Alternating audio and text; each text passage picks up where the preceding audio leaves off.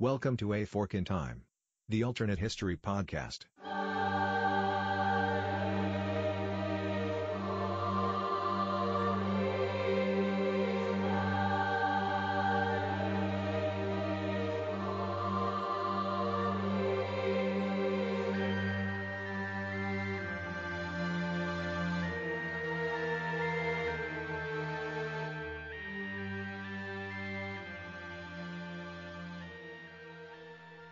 Hi, this is Don Shelley, your host of A Fork in Time. I wanted to just record a brief intro before we actually get into the episode today. We'll get to the recording here just shortly. I wanted to just give a heads up to you, particularly if you're a regular listener to A Fork in Time. Today's episode is a little bit different. You may love it, you may hate it, but I made a couple of editorial decisions, so I just wanted to announce what they were before we get into the episode proper. First of all, it's not your traditional Fork in Time history approach in terms of looking at something that's a large historical significant event.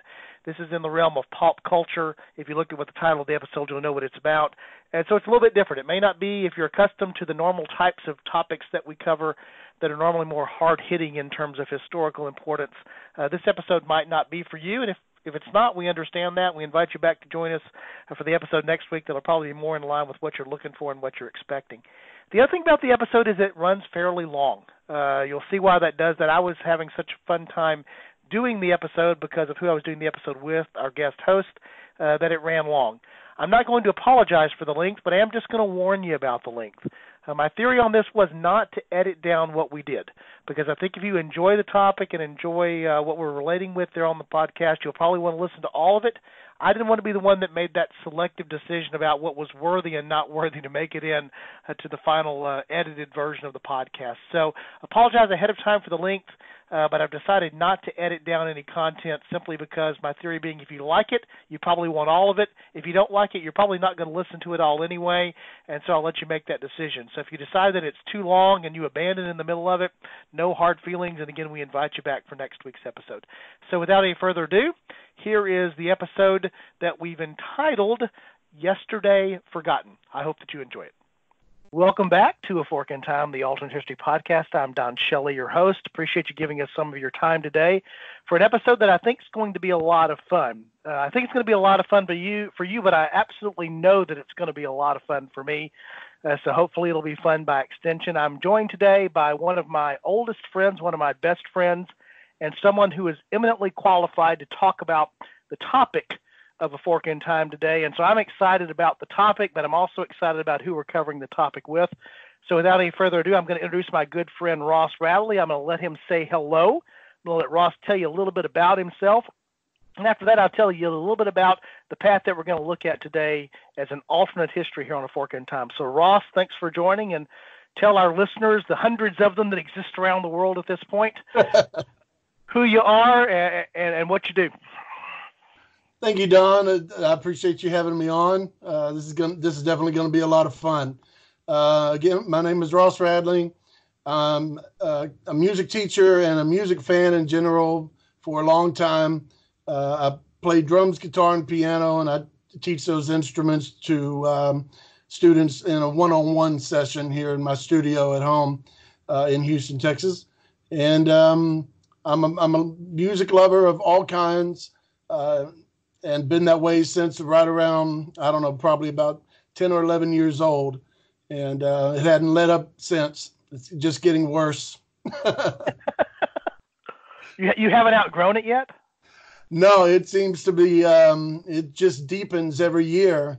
And it seems funny to me because you would think over time, any subject that you have been involved with or studied or active in for so many years that it would lose its shine after a while. But and luckily for me, I feel blessed to say that music is one thing in my life that just seems to keep getting more incredible every year. Even though I know a lot about it, it's not the situation where you know the magician's tricks and it bores you now.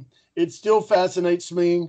A great chord progression, a great melody, even just simple rhythms, the effect, the sort of psychological and emotional effect that sound can have.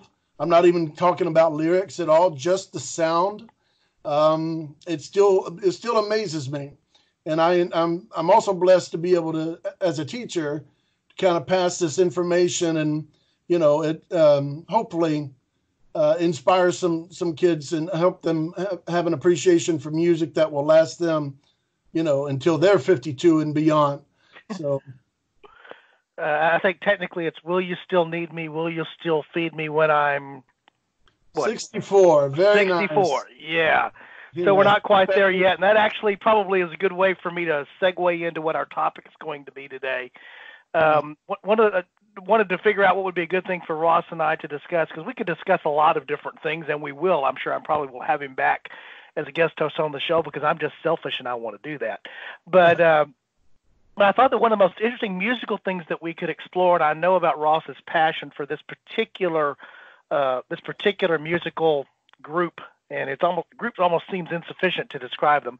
So we're going to look at a fork in time today is what would have happened if the Beatles did not exist. And before I get sued for copyright infringement or something else, this is not an original concept necessarily. In fact, if you're familiar with the 2019 summer release, actually it was in June in the United States of 2019, the movie Yesterday sort of played upon that premise. It was sort of a freak accident, and then a world where suddenly this one musician who has been struggling as a musician, who's a massive Beatles fan, wakes up to discover the Beatles never existed. And so he's able to capitalize on the fact that he can remember some of the songs and reproduce some of the songs, and he becomes a worldwide phenomenon because the Beatles never existed. Well, under that scenario, they didn't exist, but they sort of did exist because they still existed for him. What we're going to look at today is imagine a scenario where they never existed at all. And we're going to talk about what the impact would be, how history would be different if the Beatles didn't exist at all. And you might say, well, how much can things be different without a musical group? We covered something similar to this for those of you that listened to our What Would Have Happened If Star Wars Would Have Flopped episode. It's just a movie, right? Well, except it had a tremendous impact on culture. And I think as we go through the exercise today, we're going to realize that one of the things that we can say about the Beatles is, yes, they had a tremendous impact on music. There's no doubt about that. And I'm sure you'll hear Ross's passion come through on that. But they also had an impact on society. Part of it was the timing of their rise, but other things as well. So our alternate path today on a fork in time is what would have happened if the Beatles hadn't existed. So, Ross, do you think I adequately explained where we're going here? Beautiful. Perfect. All right. So now the question's going to be, so how do we define where that break is going to be? Since that's what we try to do here on a fork in time, is imagine that it's a moment in time where history forks. And so what we chose was actually July 6th of 1957. And the reason that date is important, if you're a Beatles fan, you probably know what that date is. It was the pivotal date that a guy named John met a guy named Paul. And the John that we're talking about there is John Lennon. The Paul that we're talking about is Paul McCartney. And, of course, they would comprise 50% of the group that we eventually know as the Beatles. And so the story goes that day that John Lennon's band, which was called the Quarrymen, was playing at sort of a garden party that was at St. Peter's Church there in Woolton, Liverpool. And that Paul McCartney that day happened upon the band that was playing on a stage in a field behind the church, so it's sort of an outdoor open-air concert. Seems too grand probably for what it was. They were just a band playing at the party. But they came to realize that they had some common musical interests and common styles, and it wasn't long after that before McCartney joined Lennon in a band, and then McCartney brought his friend along, George Harrison, and eventually the four that we know as John, Paul, George, and Ringo get together.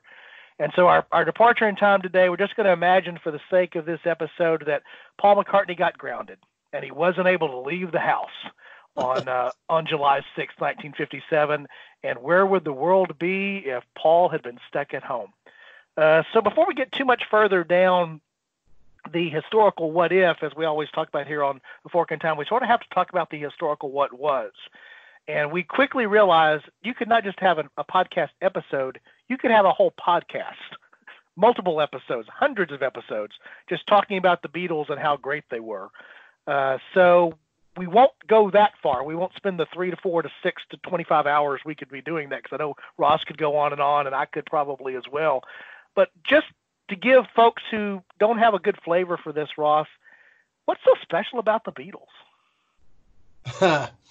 What a loaded question. So the best way I could put it is they are an amazing synthesis of so many different styles and sources of music, and so they absorbed so much stuff.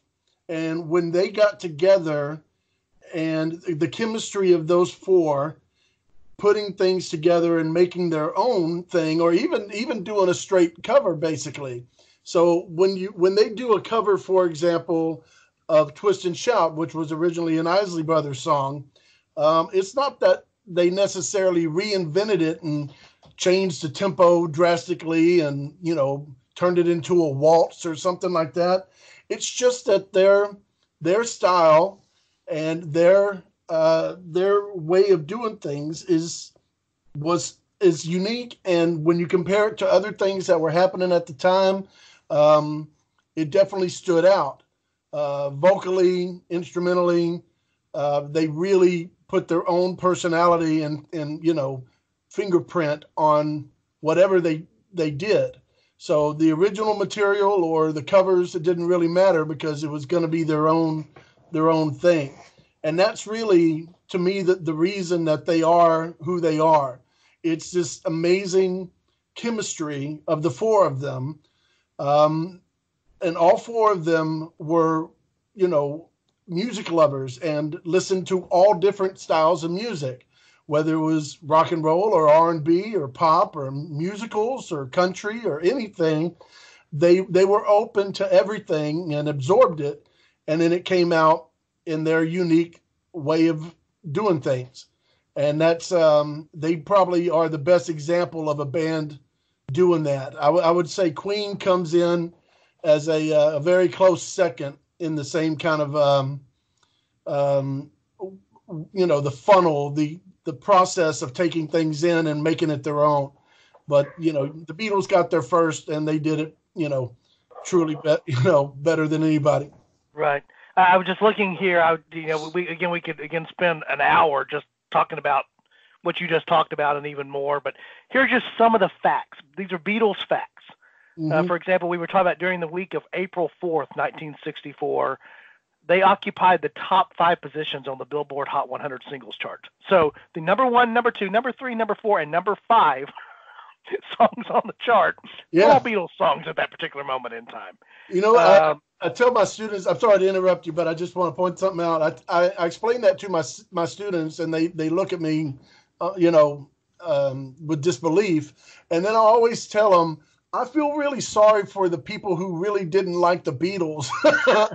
Because, man, you just didn't have a choice. You were just going to be faced with them all the time.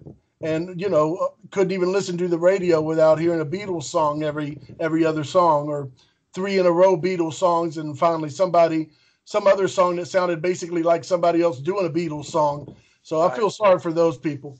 I can certainly understand that. The other thing that jumps out to me is the article I'm looking at, by the way, was written in June of 2008. I'll include a link in the show notes. I think it's a good summary of things. So this article is old, and so these numbers are probably even a little bit dated. But as of then, they had sold over 1 billion records. Let me say that again. They had sold over 1 billion. That's with a B, records. That's just a hard thing to believe. We were talking about, I guess, Ross, you were talking about a 7.5 to 8 year span that the band was actually together and producing albums. You think about the number of songs, the number of albums that were produced just in that period of time, and the fact that they had 15 number 1 albums on the British album charts. The whole album, the album being number 1, not just the singles or not just the hits. And again, I will put links to several of these sort of Wikipedia-esque, just bullet lists of Beatles stuff, because you can literally get lost in it. And I think it's a good background or a good understanding about what's happening there. But I think it's safe to say that certainly in modern music history, wherever you want to set that mark, particularly where recordings have been the element that's there, there's been folks who have done some amazing things for our generation.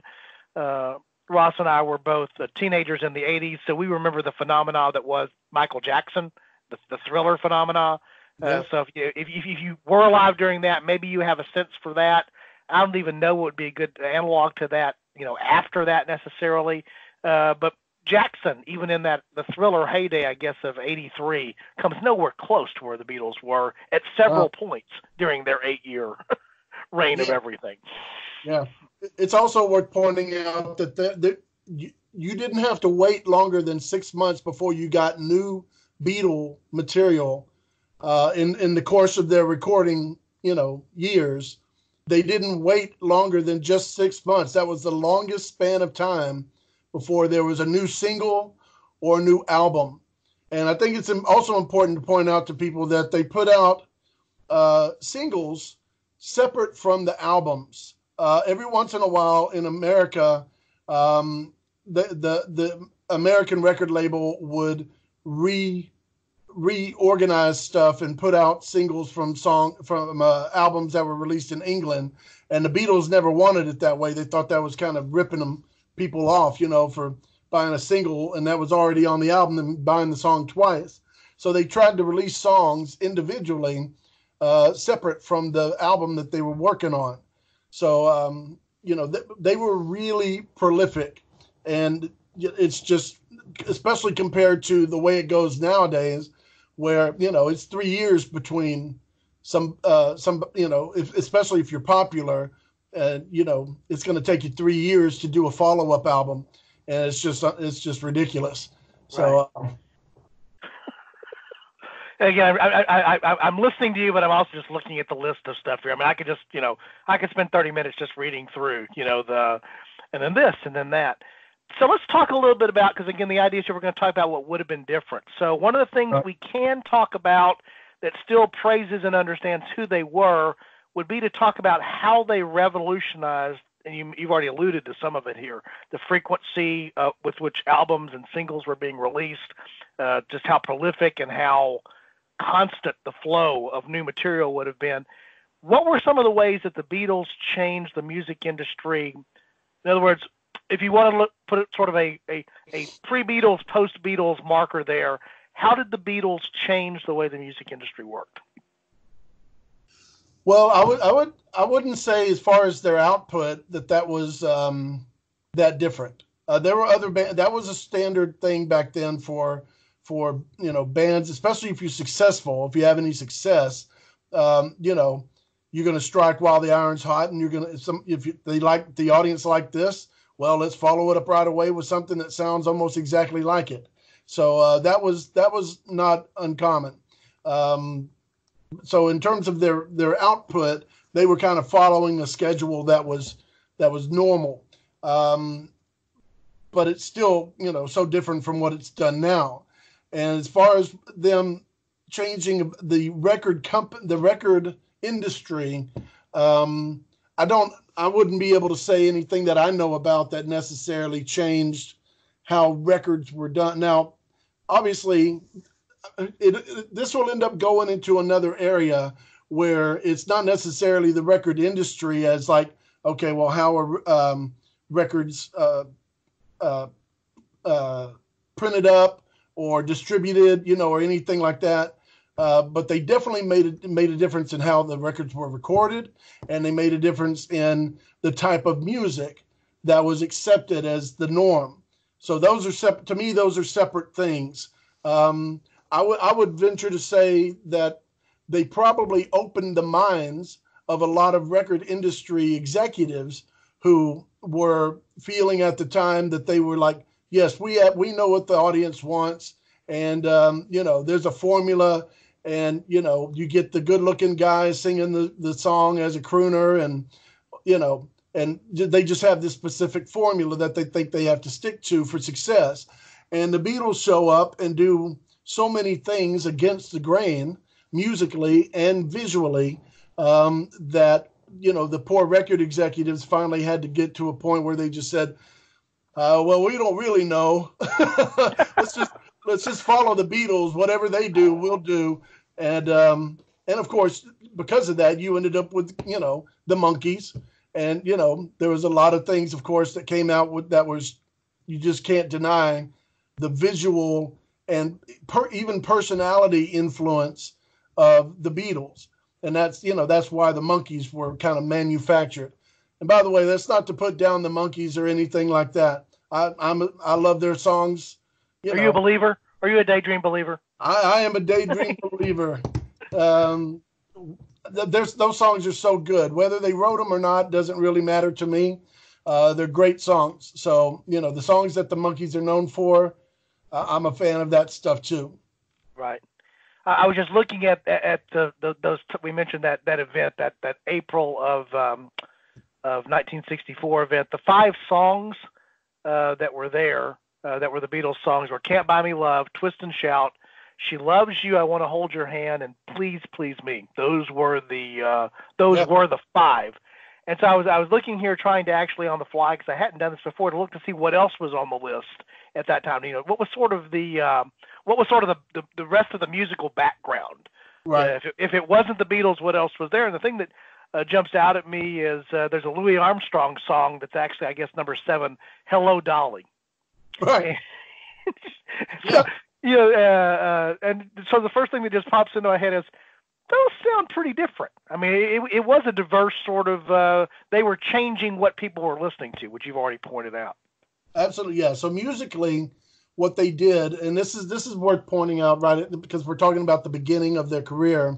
One of the things that was really different, the way Ringo played the drums, his hi-hat was really loose and sizzly sounding. So there was a lot of white noise in their early songs. The way he played the drums, especially his hi-hat when he would play it, was really loose. So it made this kind of sizzle. So you had this kind of, buzzy, staticky sound that when you compare it to other bands around that time, or even if it's not a band but a single artist, it didn't have that kind of energy. And a loose hi-hat, a noisy, splashy kind of hi-hat, it works that way. It makes the song have this extra noise, but in a good way.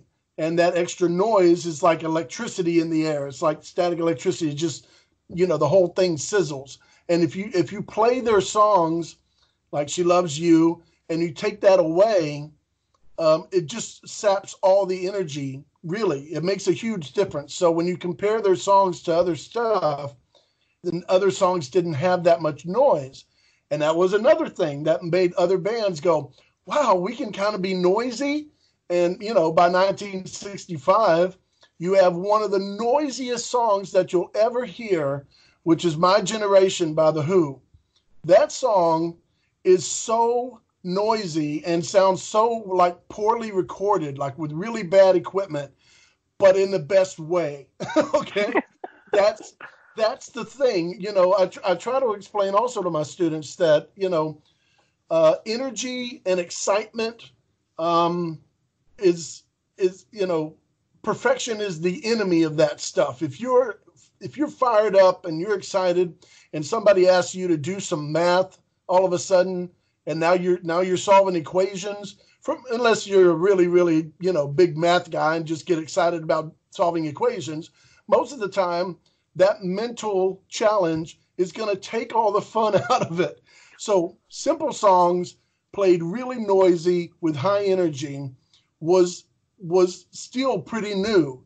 If you go backwards a little further and you're listening to, Little Richard and, Jerry Lee Lewis and Elvis and Chuck Berry and the original rock and roll sound, they were starting in that direction. Of course, you had, noisy screaming like Little Richard, and you have heavier drums, and, you didn't have strings and, female background singers like, Frank Sinatra would have or something like that. You just had all this energy and noise. And of course, the parents at that time were disgusted. How could you listen to this noise? You can't even understand what they're saying. It's just a bunch of noise. And of course, the kids knew different. That noise was music to their ears. And the songs, of course, underneath the noise are still super catchy pop songs in general anyway. So that early on, that was the thing that set them apart, was the sound of those high energy songs and all the sizzle that they had compared to other bands. And so that became what I guess immediately you recognize, oh, that's the Beatles sound. Yeah, that's the first Beatles sound that people would associate with. That's the thing that got them set apart. So I always, it's really important to talk about the Beach Boys when you're talking about the early Beatles, because the Beach Boys slightly predate the Beatles. They were coming out with stuff a couple of years before the Beatles were. But, even with the surf sound of the Beach Boys, and they had harmonies, it wasn't really that frantic sounding. It was still pretty controlled and kind of polished. The early Beach Boys stuff. But the Beach Boys are really sort of like the first rock band. There isn't a band where you have multiple members playing original material and, working together as a unit. There was no Chuck Berry band. There was Chuck Berry and the guys that played behind him. Right. Even if he had, some guys that played on multiple recordings, nobody knew the other guys. And same thing with Elvis. He had a certain guitar player, but they weren't equals with him. Elvis was the show. So you didn't have this sort of team presentation.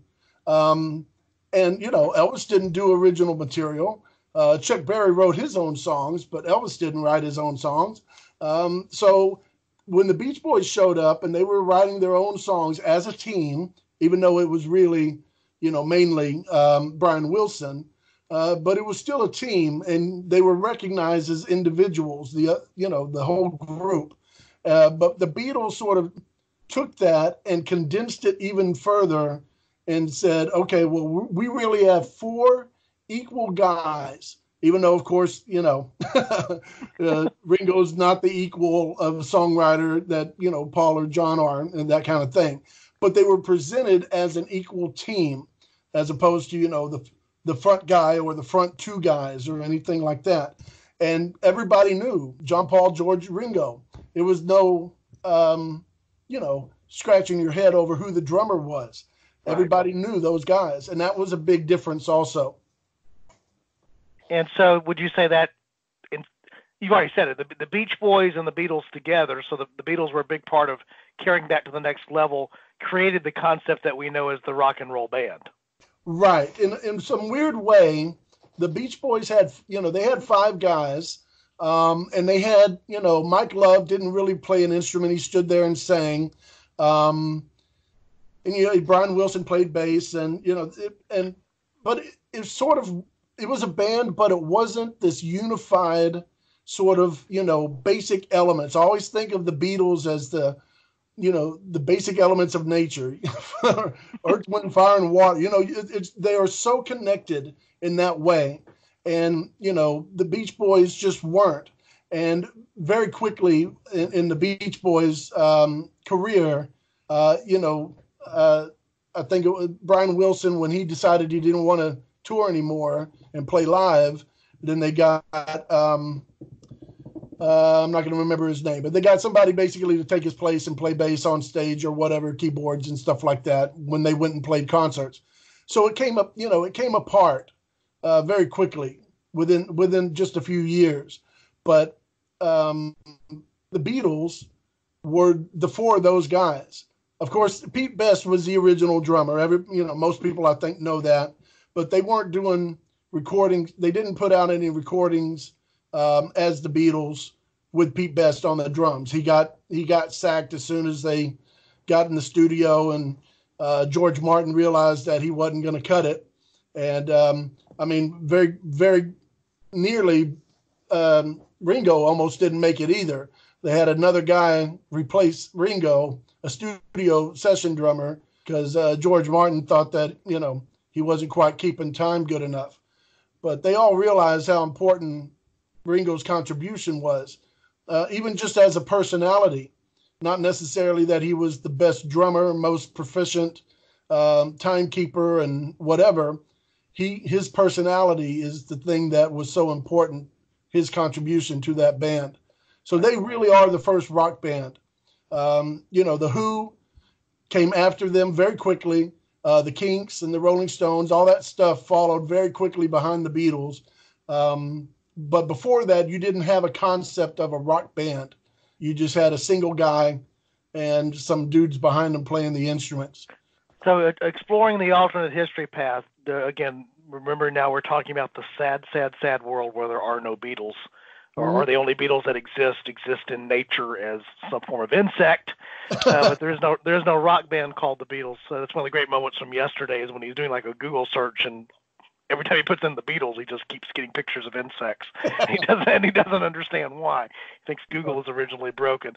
But obviously at some point the concept of the band would have come along, right? I mean, if there's no Beatles, are we talking about a delay here of, a matter of months or a couple of years, or could it have been longer than that if the Beatles had not broken that ground where suddenly it's like, oh, we need to find more of that? Well, yeah, so that's a great way to look at it because, the Rolling Stones were not formed after they saw the Beatles. It was concurrent. They were right there. Same thing with the Who. Those bands were all in the process of coming together really around the same time. Whether you're talking about a year later or whatever. So nobody should say or confuse the situation and say, there would be no Who without the Beatles, because that's definitely not true. So, but again, as great as the Who or the Rolling Stones or the Kinks or the Dave Clark Five or any of the other this British invasion, none of them, and I think if they were honest, they would all admit, no, we're nowhere near, we're nowhere near as good as the Beatles. We do our thing really well, but the Beatles can do our thing and everybody else's thing as good, if not better than them. So the Beatles were that's another thing that's worth talking a lot about, is just the diversity of material and ability that they had. So they could do really rough sounding rock and roll. When John Lennon would sing, Twist and Shout, he's not singing it like a crooner. He's screaming it. And don't know if you know, but the story goes that when they recorded their first album, Please Please Me, they waited till the end to do Twist and Shout, because they knew that if they tried to do any songs after Twist and Shout, John's voice would be wrecked, because he basically just screams his guts out on that. Shake it up, baby. He's just screaming in tune, So that kind of thing, Paul McCartney can sing sweetly. They could do so many different styles.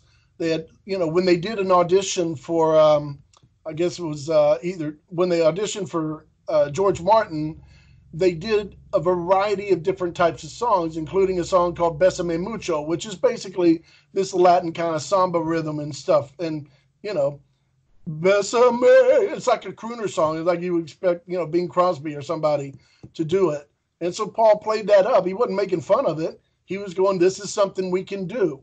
And that was their sort of strength from the beginning, was their diversity and talent, harmonizing, playing different, fast, energetic, medium stuff, slow and really soft.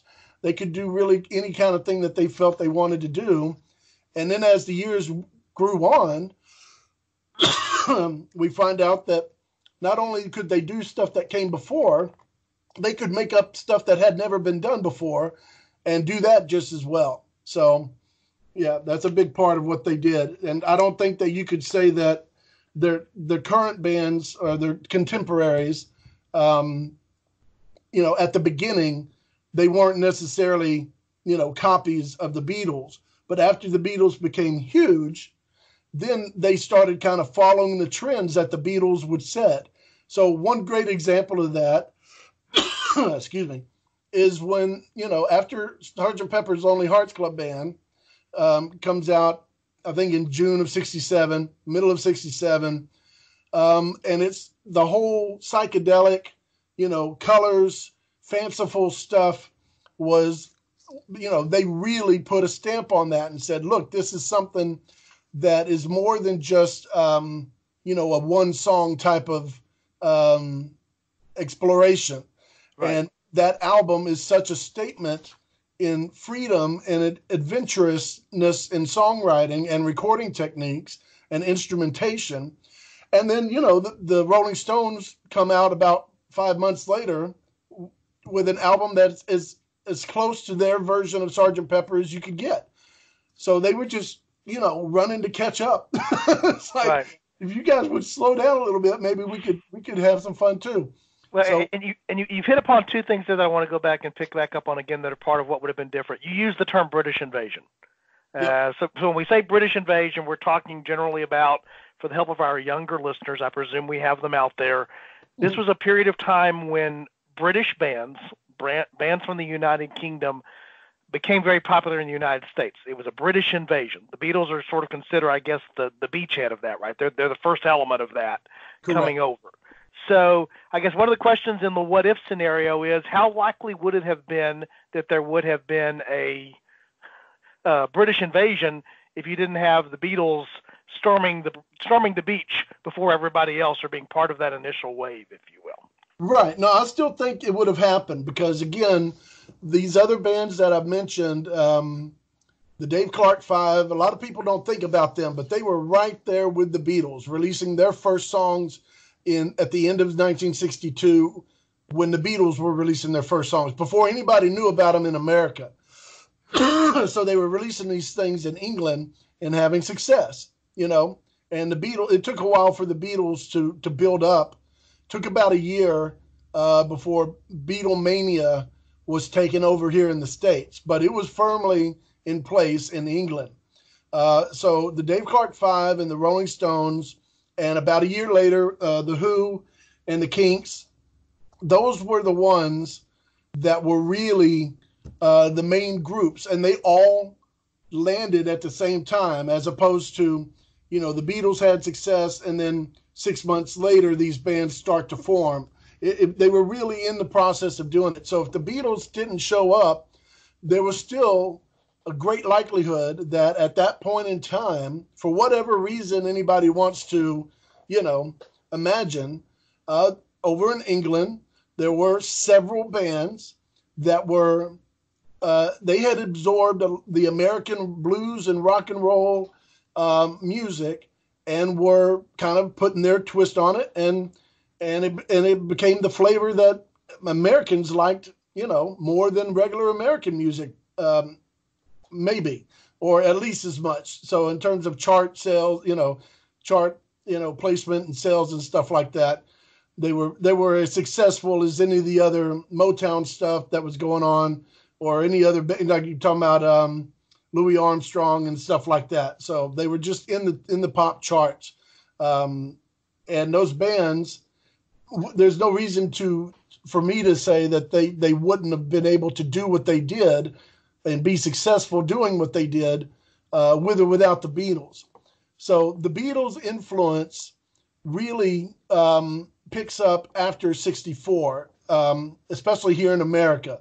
Because like you mentioned about, the top 5 positions on Billboard charts in April of 64. That was when everything exploded after they appeared on, in February of 64, they appeared on the Ed Sullivan Show. And then it became this nationwide mania, Beatlemania. And anything British, became just as exciting to all these young kids, because those other bands were playing exciting music too. It wasn't like you had, the Who playing some kind of, different, they were noisy and energetic and British, Right. Not trying to pretend anything else. And, they each had their own special thing that made them attractive, I guess, appealing to a young audience in, the early to mid 60s. And, but what happened afterwards, and the things that the Beatles did with music within just a couple of years after that, that's where you start to see the absolute direct influence of what the Beatles did, what even their contemporaries did. That's why I would use that example about the Rolling Stones. So by 67, the Rolling Stones were like, shit, man, if the Beatles are doing this, we better step, we better start stepping in line, because Yeah. that's how it turned out. Well, the other thing that I was as I was reading through, there's the British invasion, there's Beatlemania, and then one of the things that I read was, and talk about how sort of things changed. The typical thing was, though, the music industry for the most part was, release a single, record albums, and then tour in support of the popularity that you now have from being on the radio or selling a lot of albums. But one of the things that I read about there was the Beatles got, as one author, you can tell me if this is wrong or incorrect, they sort of got tired of trying to play over screaming crowds. And so they liked the idea of, our music is meant to sort of be enjoyed without, high-pitched female screams every time, somebody does something. And so they sort of moved away, which was unique or different at that time, from touring. In fact, in one of if you look at the Wikipedia article, for example, for the Beatles, they'll break it down as Beatlemania and the touring years. That's 63 to 66, and then 66 to 70 are the studio years. Exactly. So how unique or different was that concept of, we're going to make albums, we're going to make a lot of music here, but that whole thing where we go around and come to a city near you and you come and see us, not going to work that way. Yeah, no, that's a huge difference between them and any of their peers. Okay, no one else had that luxury. Right. It's funny because the Beatles were just so massive and could do no wrong that when they made that decision, they could do that. They were in the position to do that and not lose their fan base. And because their first, it was such a drastic, I'm trying to find the words to explain this. They stopped touring in August of 66. And then by the beginning in January of 70, let me see here. By February of 67, that's when Strawberry Fields Forever and Penny Lane came out, right? So those two songs had been recorded with the plans of it being on the next album, Sgt. Pepper's Lonely Hearts Club Band. And it was their manager that felt that, this album is taking longer than normal albums. We need something in the marketplace. You don't have to tour, but we need something in the marketplace. So they took those songs, which were intended for the album, put them out as a single. So those two songs, which sound just like they belong on Sgt. Pepper, are not on Sgt. Pepper's. They're just not part of that finished album. So, but when you listen to Strawberry Fields Forever, this is why, it'd be a good thing if you could pull up the comparisons between Strawberry Fields Forever and whatever else was on the charts in February of 67. There's just nothing close. Okay. There's no precedent. There's nothing before it that you go, oh yeah, well, Strawberry Fields Forever is a direct, comes directly out of this or even slightly. It's such a complete different mood. The Beatles were known for happy, upbeat stuff, and they, for the most part, up until, Sgt. Pepper's, they had that. Now they had, Yesterday was a ballad, and it was a huge hit, but it's not, upbeat, fun stuff. But all their other songs before that pretty much were. Right before Yesterday came out, you've got Help and Ticket to Ride and 8 Days a Week. Those were the singles that came out just prior to the Help album coming out. And of course, all those songs are up-tempo stuff. The lyrics for Help are serious, and he's actually, it's a cry for help, and he was, legitimate. John Lennon was legitimately saying, hey, I'm really having some trouble with this. Can somebody help me? But, it just sounds like, a pop song. But as far as the lyrics go, it was a significant change. By the time they got to the middle of 66 and they came out with the Rubber Soul album, and then Revolver came out in August of 66, that's when things really started to change lyrically and sonically. So a song like Eleanor Rigby is so different from anything else that you could point to from around that time, and that came out in August of 66. So the string quartet, that song is really just a string quartet and Paul singing. There's no drums, there's no bass guitar, there's nothing else. It's just his vocal and strings, and it still is part of the Beatles sound, but obviously something is changing. They are getting adventurous already, even though they were technically on the road at this time. So once they finished with the road, and between August and, the next time they put out the album, which was May of 67, that's when, they had the chance finally to explore, and they had the luxury of basically, they could run the studio there at EMI Studios, which when people say Abbey Road Studios, they really mean EMI Studios. Abbey Road just happens to be the road that the studio is on. It's called EMI Studios. But they basically lived there, and they didn't have any restrictions. They could, come and go as they please and set up and do whatever they wanted to. And if they wanted a piccolo trumpet on a song, They're the Beatles, right? They get what they want, right? They get what they want, and they were so blessed to have George Martin, who had this great classical music background, to help them realize a lot of the more adventurous things, especially when you're talking about strings and brass and things of a classical kind of orchestral nature. So that was a huge change. Having the time and just concentrating on being creative, and anything that they thought of could be used. And then once that happened, once May of 67 comes out and then Sgt. Pepper is out, all the doors were blown off.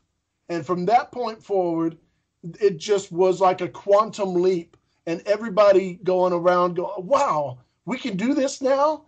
This is allowed?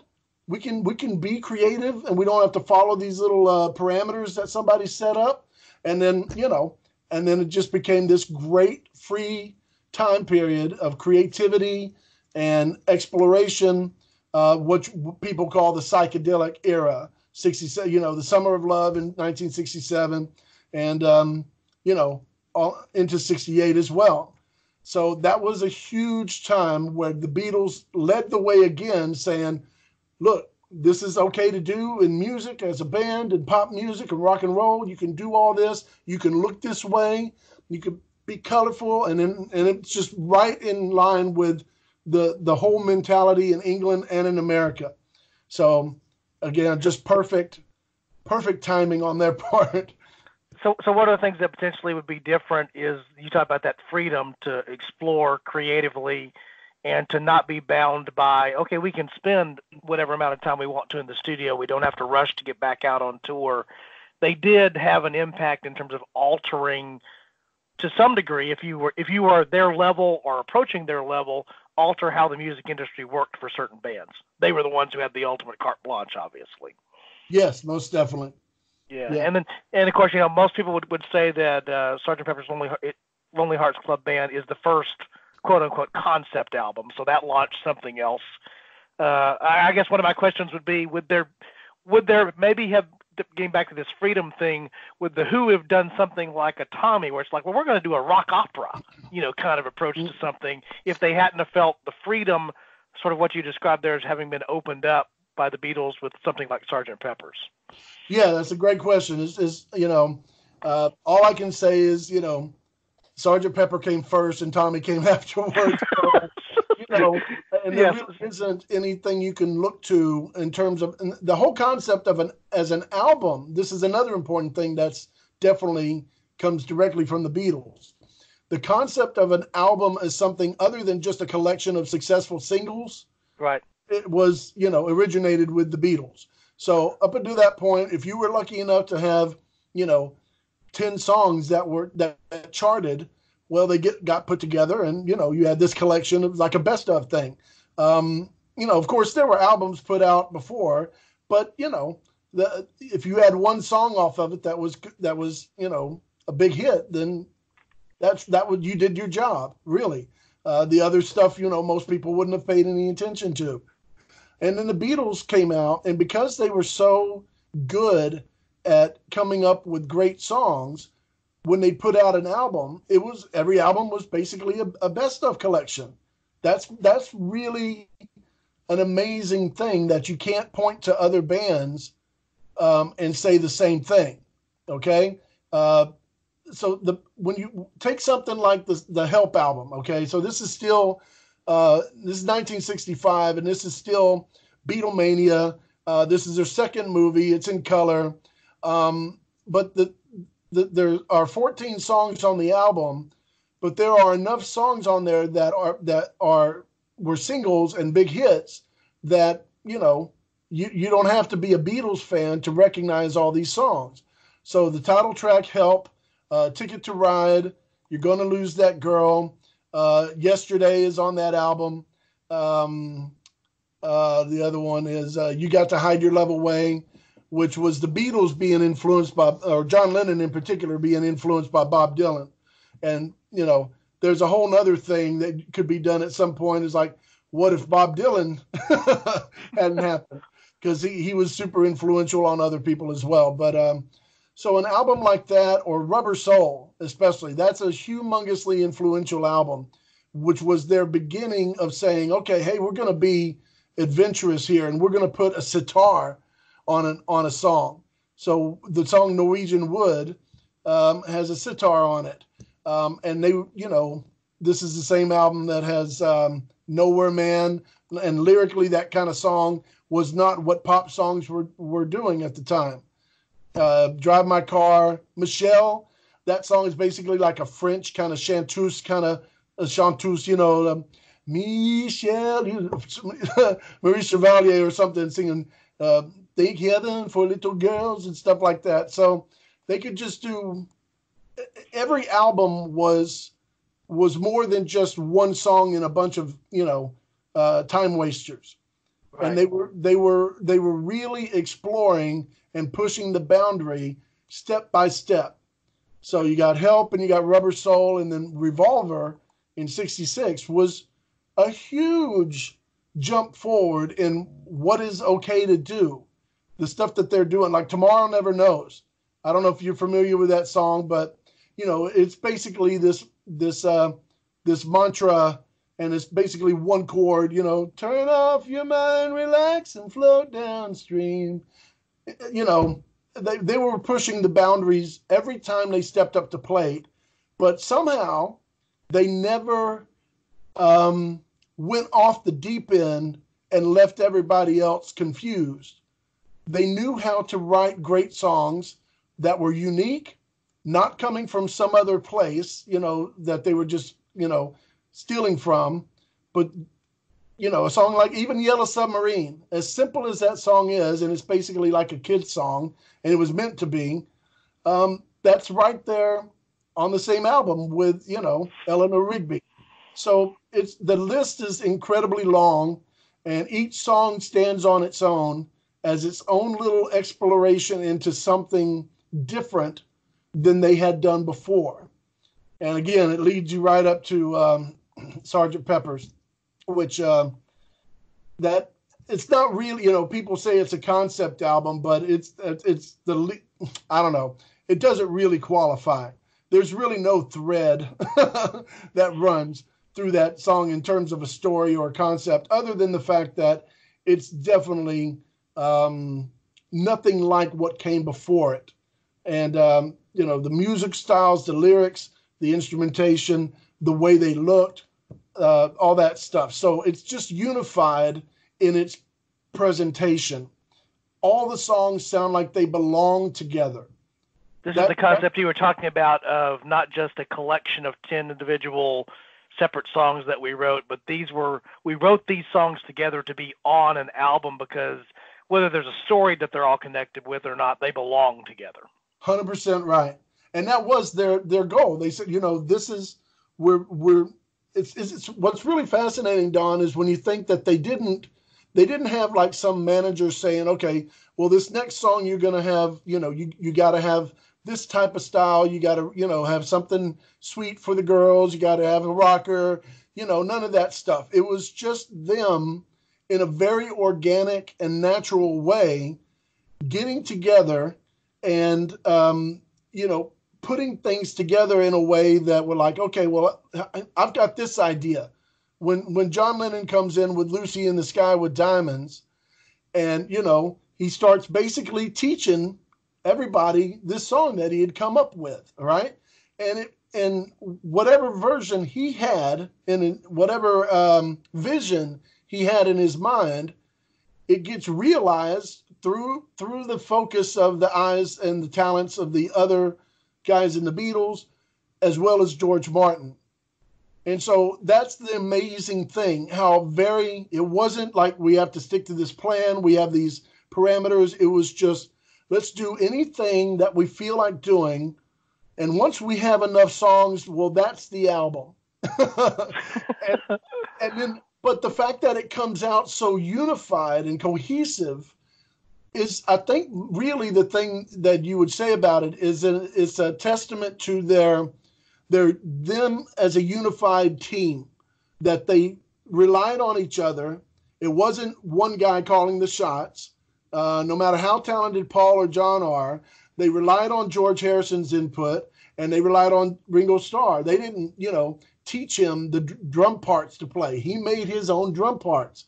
And so that chemistry, again, I keep going back to that word, and that's what it is. It's, it's this chemistry that the four of them, and again, it's really important to add in George Martin, because he's a very important part of that chemistry. His knowledge and his ability to help them along and realize what they were trying to do, you just can't leave him out of the equation.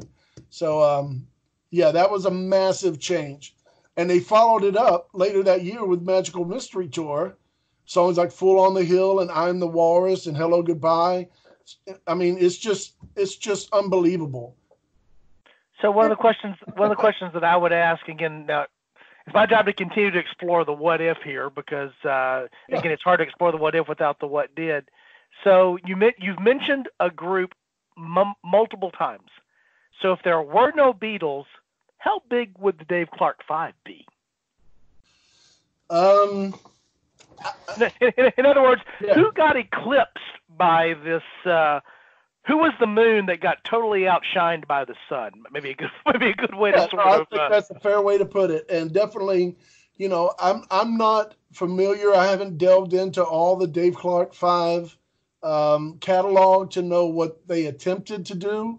I just know that they had a sound that was their own. The leader of the band, Dave Clark, was the drummer, and the drums on their songs were so prominent and heavy, and so many of their songs are basically just, quarter note, thumps, is bum, bum, bum, bum, bum, and I'm feeling glad all over, yes, I mean, it's just that kind of intensity. And, I don't know that they ever attempted to branch out of that, at least in terms of their hits that they're known for. There really aren't, they didn't have that diversity that in terms of, they may have tried, but it didn't, whatever reason, it didn't get recognized as a well-known song. So, I don't know. It's a good question. I would have to do some research on them to find out if they attempted to do things and for whatever reason just didn't succeed, weren't able to do it. And just saying something like that makes the Beatles situation even more remarkable, that they were so successful with so many different styles. And I always, one thing that I think is funny is every once in a while, believe it or not, I meet somebody who says they don't like the Beatles. As hard to imagine as that is, there are people out there who don't like the Beatles. Now, my personal opinion is they don't like the Beatles because they're just kind of playing devil's advocate, and they want to go against the grain because everybody loves the Beatles. So they decide to say, I don't see what's so great about them. But they're just wrong is all. Anyway, yeah. The thing about I asked them, if you don't like the Beatles, I have to ask you, which Beatles do you not like? Because there are so many different Beatles that you can point to. So, just like what we've talked about thus far, you've got the Beatlemania Beatle, you got the She Loves You, right? and all that early stuff is very similar. She Loves You. And it's all yeah. I mean, yeah. yeah, exactly. So all that high energy early stuff is one type of Beatles song.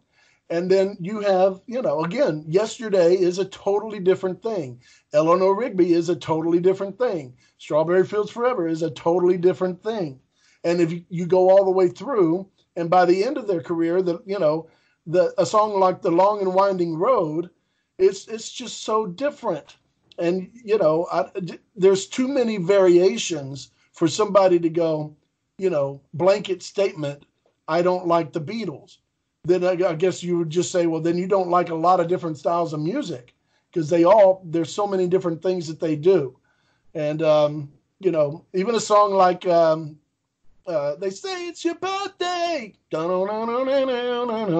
right?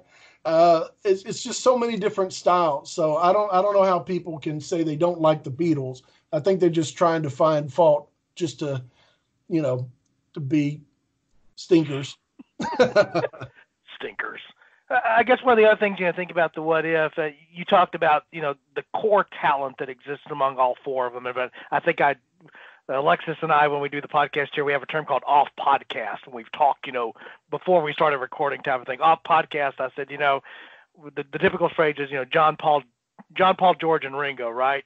Mm-hmm. And I think the first thing that pops into my head is is that really representative of sort of the order of talent? Because Ringo definitely he's number 4, right? And you've made the case for why Ringo is essential. So I appreciate you doing that, because I think perhaps a lot of people that don't have the musical understanding that you do don't realize, his drumming style is part of what makes the Beatles who they are. Exactly. But I guess the assumption would be in the world where there are no Beatles. So remember, our premise is that John and Paul don't meet, but they both had bands or had musical interests. So let's say that they both go down the solo route. Right. So certainly, Lennon, we don't know how big he really would have been continuing on because he's killed in 1980, which is only 10 years after the band has broken up. But certainly Paul McCartney goes on to have, if he had never had a career with the Beatles, he had a music career. Oh, yeah. Yeah. The Wings years, the things that come later. So again, chasing down the historical what if here, would we know Lennon without the Beatles the same way that we do? Would we know? I guess my question is, how much did they influence each other, and how different would it have been if they hadn't had each other's influence, assuming they're both solo acts? Right. I firmly feel that John and Paul would have been able to have success on some level without the other, especially Paul. Paul is the one who really is the standout, versatile musician amongst the four of them. That's not even just a question, that's not an opinion. I mean, all you have to do is just look at what he's able to do. And, John Lennon he played different styles too, but Paul was just technically a better singer, but could scream. I mean, when you listen to Hey Jude, and when he's screaming that stuff, and, Paul could really belt it out, and, does a great job doing that. And Paul was very adventurous, and a lot of people think John was really the sort of the avant-garde, exploring different musical styles, but it really was Paul before it was John. And, backwards tape loops and stuff like that, and all kinds of weird, avant-garde stuff. Paul was into it. John actually had an attitude of, he thought that stuff was pretentious, and, he thought it was all just a bunch of nonsense. And eventually, when he met Yoko Ono, he developed a different attitude toward it, and, started to do a little bit more exploration. But individually, John and Paul would have been, there's no reason to expect that they wouldn't have had some level of success. And when you look at their solo catalog, obviously Paul, who is the more mainstream in general kind of writer, it's no surprise that he's had the most mainstream success. He's easily, even if you do stop the count in 1980, Um, Paul had more hits and sold more records than John or George or Ringo. And it falls right in line with the way they were while they were in the Beatles, with what happened when they were out of the Beatles. Paul was most prolific. He had the better work ethic.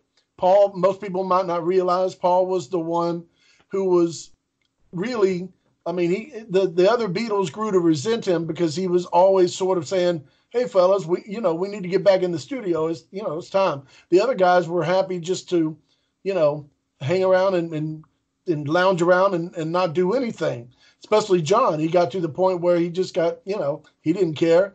But it was Paul that would say, "No, we it's time for another album, fellas. Let's get on there and let's do what we do." And of course, over time, his enthusiasm and work ethic became, a sore spot with all three other guys. So when he was on his own and he didn't have people, telling him, "Well, I don't feel like it today," well, then he was very prolific and he put out more albums. And, even though he did adventurous stuff, he would find a way to take his adventurous spirit and channel it into something that was super commercial, super likable. So when you think about a song like Band on the Run, it is such a unique kind of pastiche of different things. It's a collage of different songs that don't seem like they belong together at all, but they somehow work so beautifully together. And that song is just a classic for all times. And John Lennon, of course, he did things his way. And, if all he did outside of the Beatles was imagine, that would be enough. That would be plenty. He would have contributed enough on his own that, he would earn the right to be the great John Lennon. But he did all these other great songs as well. And the last album that he did, the oh crap, what's the name of the last album? Double Fantasy. When he came out with the songs on that album, Watching the Wheels, Just Like Starting Over, and Woman, those were the three big hits. He was doing a great job. He was right there making great songs and starting to have hits. And it's just, the shame of all sad shames that he was struck down right then. George Harrison, of course, had loads of great hits in the 70s as well, and afterwards in the late 80s with, probably the one song that he's probably known more for now, Got My Mind Set on You. Even though he didn't write that song, that's still one of the big songs he's known for. And I think that came out in like 88 or something like that. Ringo, of course, he's not a songwriter. People had to write songs for him. But he had a special way of doing what he did as a singer and as a personality. He's not a great singer, but he's got that unique thing. Pop music and rock music is loaded with people who aren't great singers, but have a unique thing to do what they do. I don't think Steve Miller is a great singer. He doesn't do anything vocally that makes me go, wow. But don't we all love all the Steve Miller songs? They're all great songs. So, it plays out perfectly. Some people even call him a space cowboy. That's all I'm saying. Oh, man. And some people call him Maurice, but not to mention Gangsta Love. So, would you agree with this statement? Again, me coming from more of the layperson standpoint, you would know of these solo artists, probably the solo artist you would know would be three of the four. Ringo as a solo artist is harder to imagine because he would have had somebody writing material. Not to say that couldn't have happened, but you definitely would have had McCartney. Probably would have been the biggest solo act although you wouldn't have known that they were supposed to be related. Lennon probably would have found his niche. Harrison would have found his niche, but they probably would have definitely had massive solo careers that would have produced different things. And I guess one of the the interesting historical what ifs is during that high period of creativity when they were together as the Beatles, what would McCartney have produced on his own without John, or what would Lennon have produced without McCartney? Sort of during that period of time, because everything that I've read about them and understand was they were different. They brought different points of view, but part of the magic was together they were more than the sum of their individual parts. That's 100% true. And, Paul, he was self-sufficient. He could, he could do things. He played drums, played bass, played piano, guitar. He could do a lot on his own. I don't think you would say the same for John. John didn't ever, as far as I know, ever play drums. And he definitely wasn't on the level of a bass player that Paul was. Very few were. And he was never really a lead guitar player. Paul played more lead than John did. But John, his unique, especially his word play and his unique voice and style, I think he would have been coming up with stuff that was, commercial and had a career. George, interestingly, he didn't really develop as a songwriter until he had been around several years, these other two guys who were great songwriters. So if you look at his early songs, they're really, really weak by comparison. Okay. So the early stuff, there's a reason why he didn't start getting recognized for his songwriting until almost the end of the Beatles, till 68 and 69. In 1968, he comes out on the big first song that he's really known for that was his own song is While My Guitar Gently Weeps. And that song, is just one of those classic songs that'll live forever. But he followed it up really quickly. And on Abbey Road, he has one of the most lovable songs on the planet. If I ever meet somebody who says they don't like Here Comes the Sun, I don't even know how to respond to something like that. Like, how can you not like a song that's that lovable? I don't know. Then, some kind of sickness in that person that I got to stay away from them. But in addition to Here Comes the Sun, on the same album, George wrote the song Something in the Way She Moves, which is an absolute fantastic song. It's just certain songs are so good that when you hear them, you go, well, it's just undeniably good. That's not, good for this certain mood or this, a different person would have to sing it. They're just great songs. And so he eventually figured out how to put the right pieces together. And I think that must have something to do with the fact that he was, shoulder to shoulder with two of the best songwriters in the world. What a great, on the job training right. to have. So, and then of course, throughout the 70s, George Harrison, had other songs that were, successful. But none of them solo came anywhere close to the level of success as the group. I mean, that's not an opinion. That's just, that you can just see it in the numbers. So, Ringo, I don't think he wouldn't have had a chance unless he was, again, if he found himself as the drummer in a band that became really big and they were nice enough to give him songs to sing, then, he would have had that chance, which was basically the chance that he got when he was in the Beatles. But if he didn't have that, I don't see how it would be possible for him to, get started in the first place. I'm going to jump forward here on you, Ross, and suggest, okay, jump forwarding that's been over 50 years. So that's or at 50 years, depending on when you want to lay the 1970. We're coming up on the 50 years of the Beatles not being the Beatles anymore. Right. When you think towards modern music now, whatever I guess you want to define that as, because it's always moving forward in time. So talk about the music that we would hear on the radio today. In your mind, who are some of the, and you may not, I'm asking you this off the cuff, so you may not have an answer for me. When you hear artists today, who do you say, oh, that sounds heavily Beatles-like, or that sounds really Beatles-influenced? Does anybody immediately pop into your head that way? No one. Fair enough. Not a single one. Okay.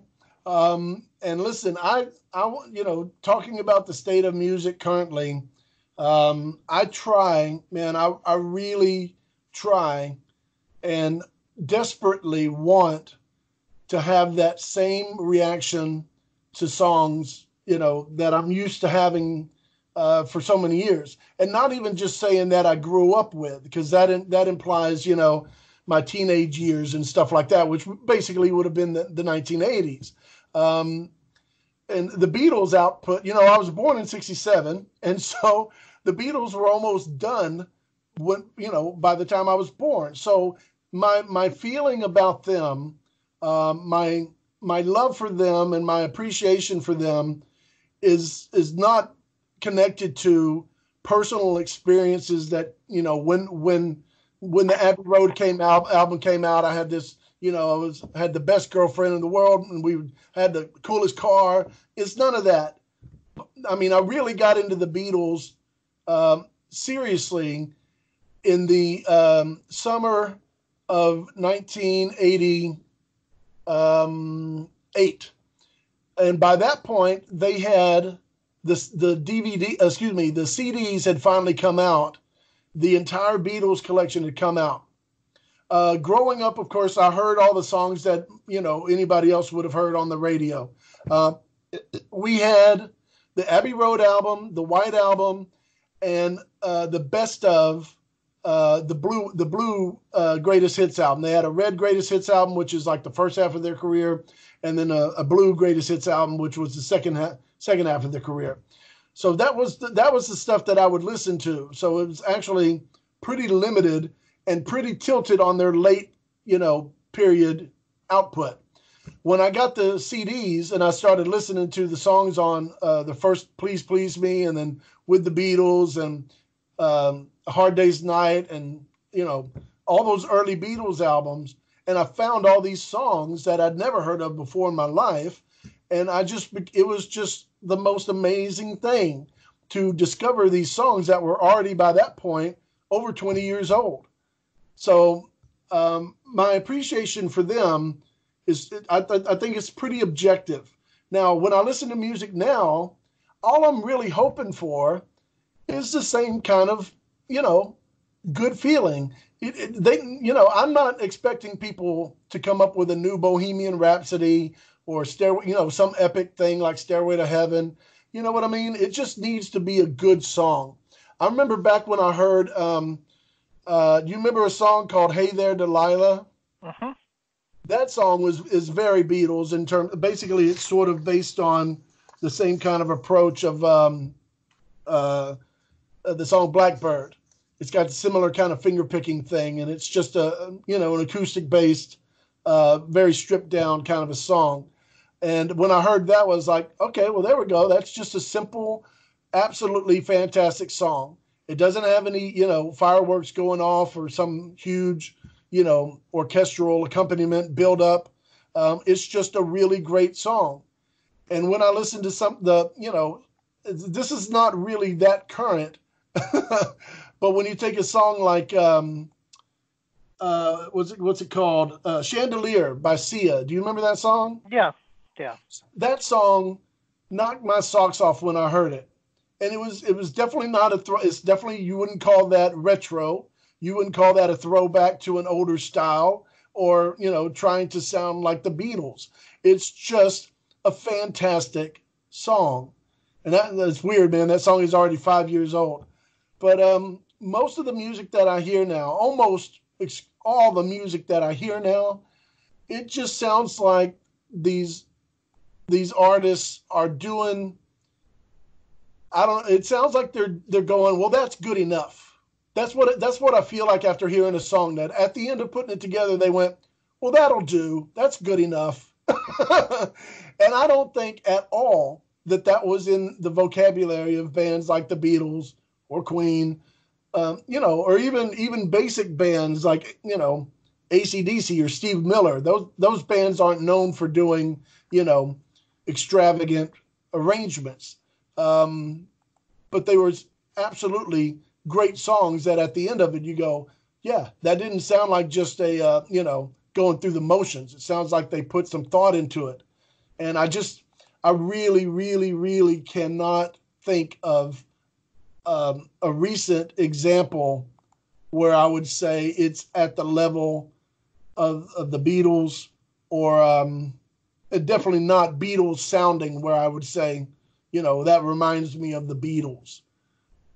I can't think of anything. Can you?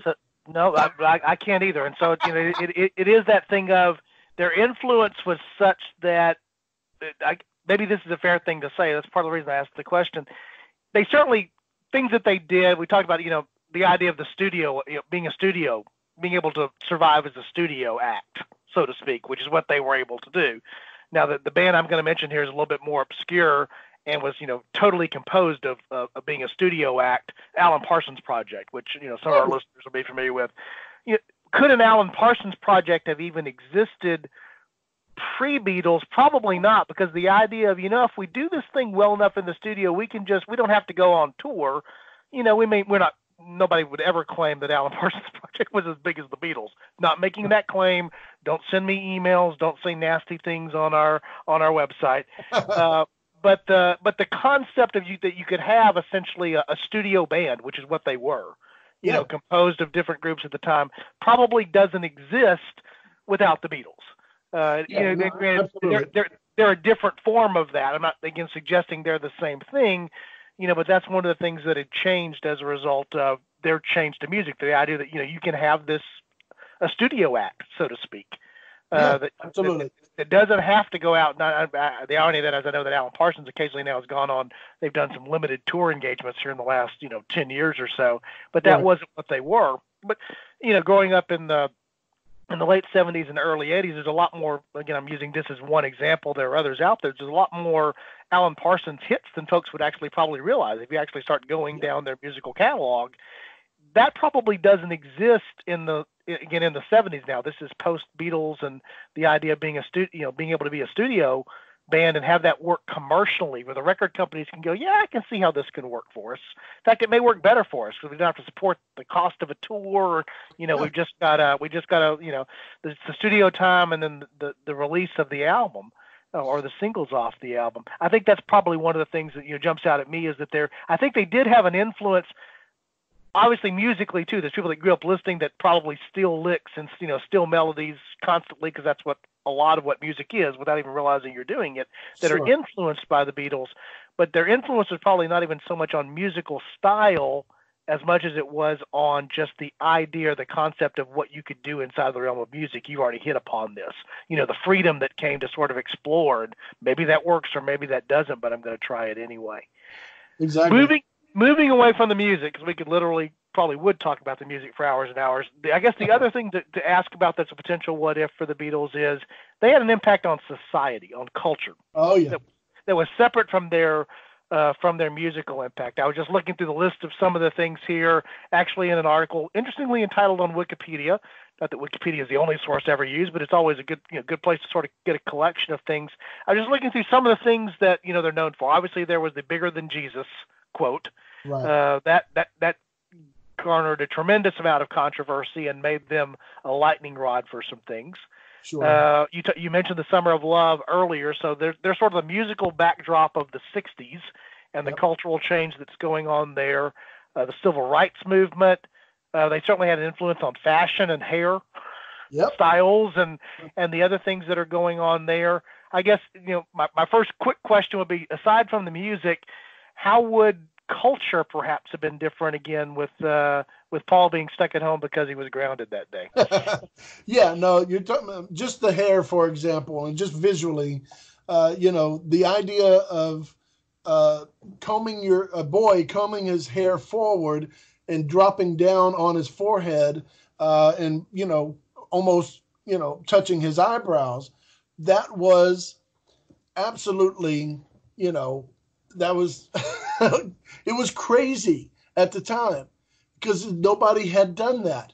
If you were anything respectable, even if you weren't respectable, you still combed your hair back off of your head. There are no examples of people combing their hair, guys combing their hair forward.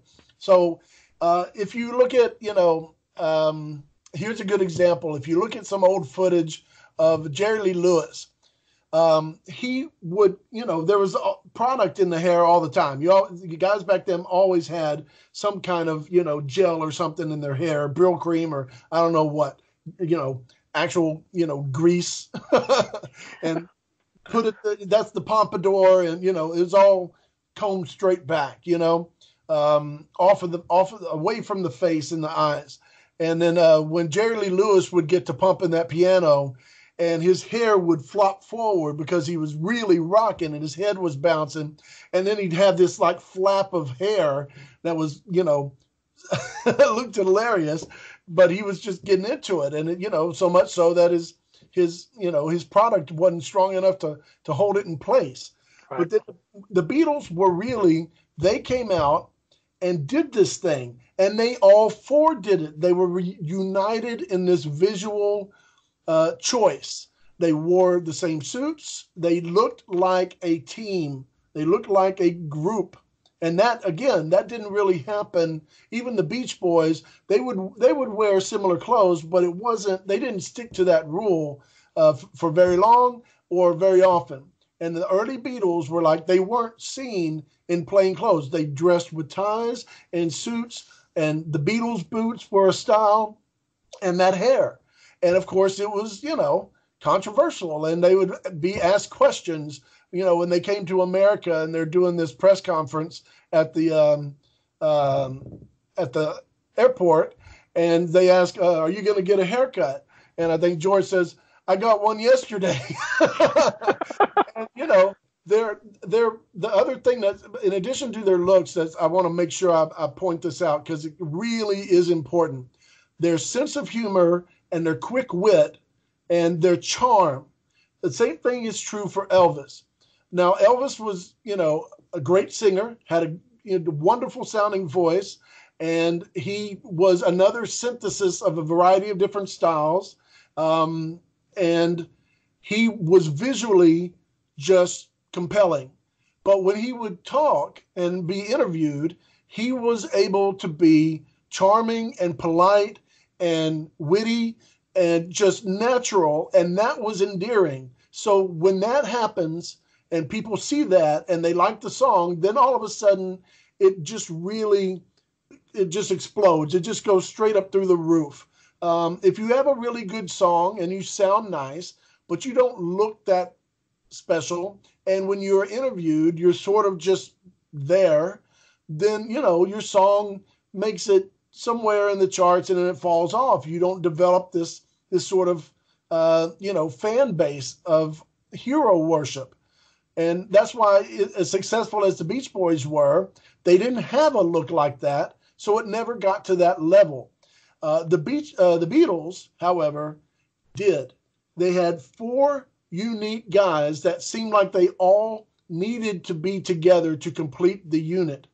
And they, of course, they have these personality stereotypes that they were assigned. Paul is the cute one, John's the smart one, George is the quiet one, and Ringo is Ringo. You don't know what he's, Ringo's just Ringo. Look at him. The other three are fairly handsome and good looking. Paul especially is super cute. And Ringo is just, he's just a lovable mutt. And, he's so unattractive that it's appealing in some weird way. So that chemistry visually, their hair, the way they dressed, the way their faces looked, and the way they spoke and interacted with the press, who were doing their best to try to, trick them into saying something, that would make them look bad or insult them and say these little snide comments to them and stuff. And they were always super polite and always, respectful. John, I tell you, Don, listen, man, if you get a chance to go back and go on YouTube and watch the interviews that they did, from the beginning on, you will see how John was just super quick-witted and super laser point on when he would criticize something without insulting somebody. He had a way of saying things that he would show his disdain for something, especially if it was to somebody who was asking him the question, but he'd still remain polite and likable. It's an amazing balancing act that he was able to do. And even when he was being being crucified for his comment about Jesus and the Beatles, the way he responded to that when deep down inside, he just wanted to tell everybody just off, but he just couldn't. He wasn't allowed to do that. So he tried to apologize and explain things at the same time. And, bless his heart, man, it was just, you could see him suffering for, this comment. And, I felt sorry for him because, he's now everything is sort of focused on him. And, like he's going to ruin this whole Beatles thing because of this one comment, but those guys visually and personality wise, that's a huge reason why they were as influential as they were when they went psychedelic and all the colors. And then next thing you know, everybody in the United States is wearing these, beautiful flowery colors and being, explosion of color and things. And then within about a year, they went to, the White Album, where they're basically just wearing jeans and shirts and their hair is grown straight. And it looks like what you would consider the typical Woodstock hippie type thing. And, that was right in line with what everybody else was doing in America, especially, but in England too. The way they looked and everybody else, it looked like everybody went, okay, well, that's the haircut I need now. And then everybody just followed suit. It was like that all the way to the very end. Yeah, one of the things certainly they had an impact. As you mentioned, their fashion culture, what you're talking about there is the early elements. What we think about now, just being the logical parts of what marketing is about, right? Oh, yeah. You were so big that you weren't just interviewed for a couple of minutes on some American Bandstand or something like that. I remember the famous scene from that was cut into Forrest Gump, which is, the interview on the Dick Cavett show. Right. So here's Lennon, being interviewed on what was considered to be sort of a highbrow intellectual, talk show, interview show. That was a little bit unusual for a recording artist to, rise to that. Okay. Maybe, an actor or political figure or something like that. But to have that there, and of course, one of the things I'm looking through and reading through some of the things associated with in '64 in their first tour, they speak out against segregation in the South. Oh yeah, it's 1964. Speaking out against segregation in the South is something that could harm your success, but sort of, as you talked about earlier, it was so overcome by the quality of their music and what people derive from the joy from that. It's like, okay, there were people that didn't even, in fact, you talk about the style of them dressing in suits. They were sort of in some ways more acceptable to some, moderate or conservative elements because they at least those boys dress nice. I know that the music's loud, but at least they dress nice, kind of thing. That's 100% correct. That should be stated, emphasized, because they're playing noisy music that adults at that time just considered noise and no value. The rock and roll stuff was not considered legitimate. It's just for the teeny boppers, and it's just like it's not gonna last. It's a phase. You can't just keep making noise like this.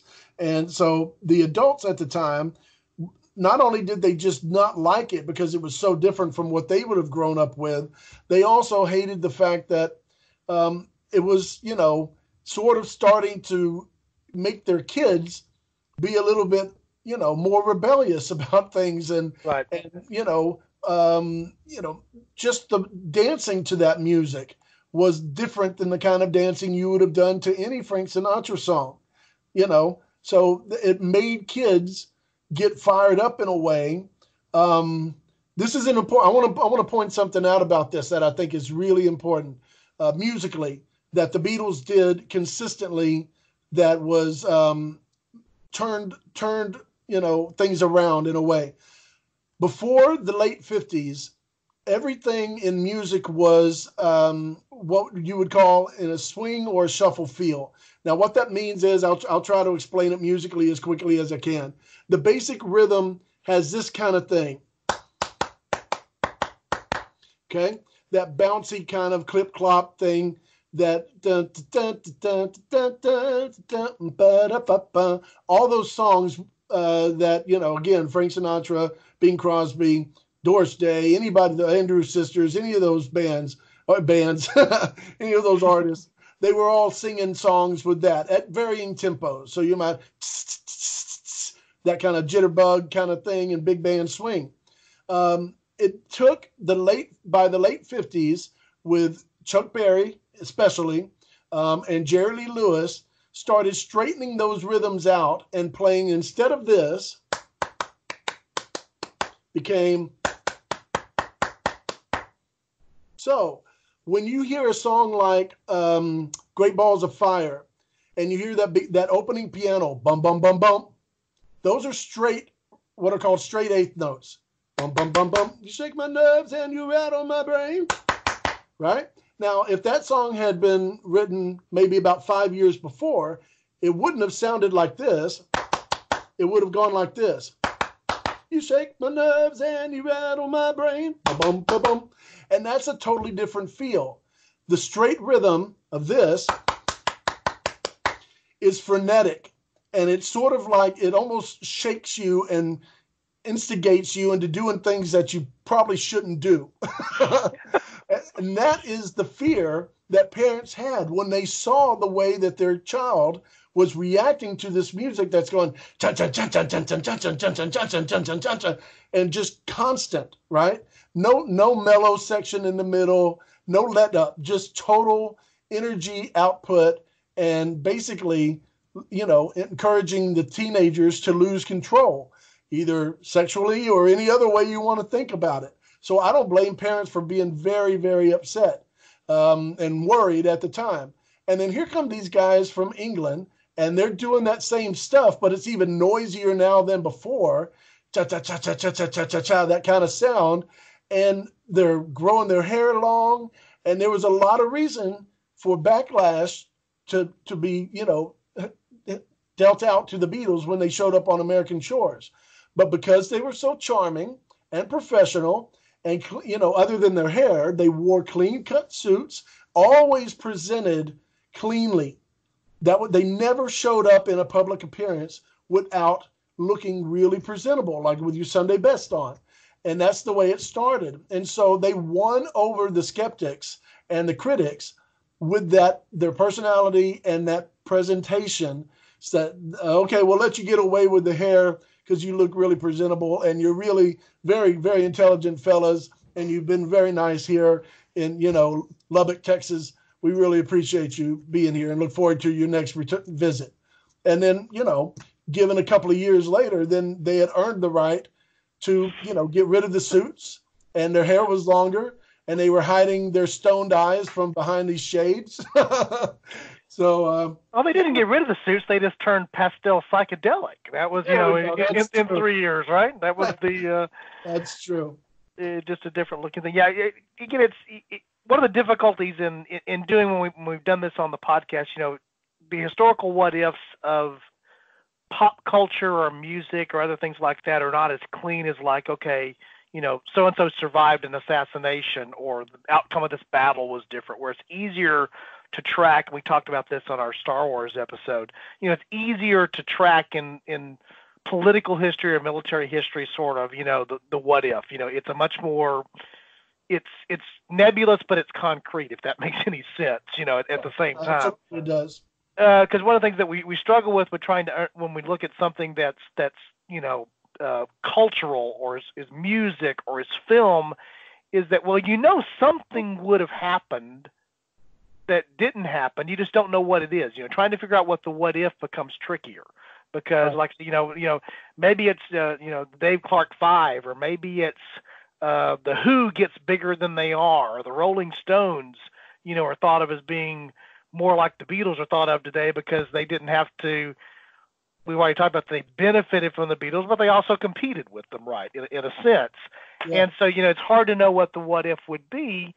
And, part of it also is how much of the culture was influenced by the phenomenon versus how much was the phenomenon influenced by the culture. And so what you might be arguing, and I think it's a fair argument to make, and I don't know the answer to this, which is what makes it so hard about a historical what if. You talked about 67, the Summer of Love, was how much did the Beatles caused that to happen, or how much of what we saw that was going on with the Beatles was the result of what was happening in society, and how much of that was just the feedback loop going back and forth between the two of them, whereas amplifying what was happening.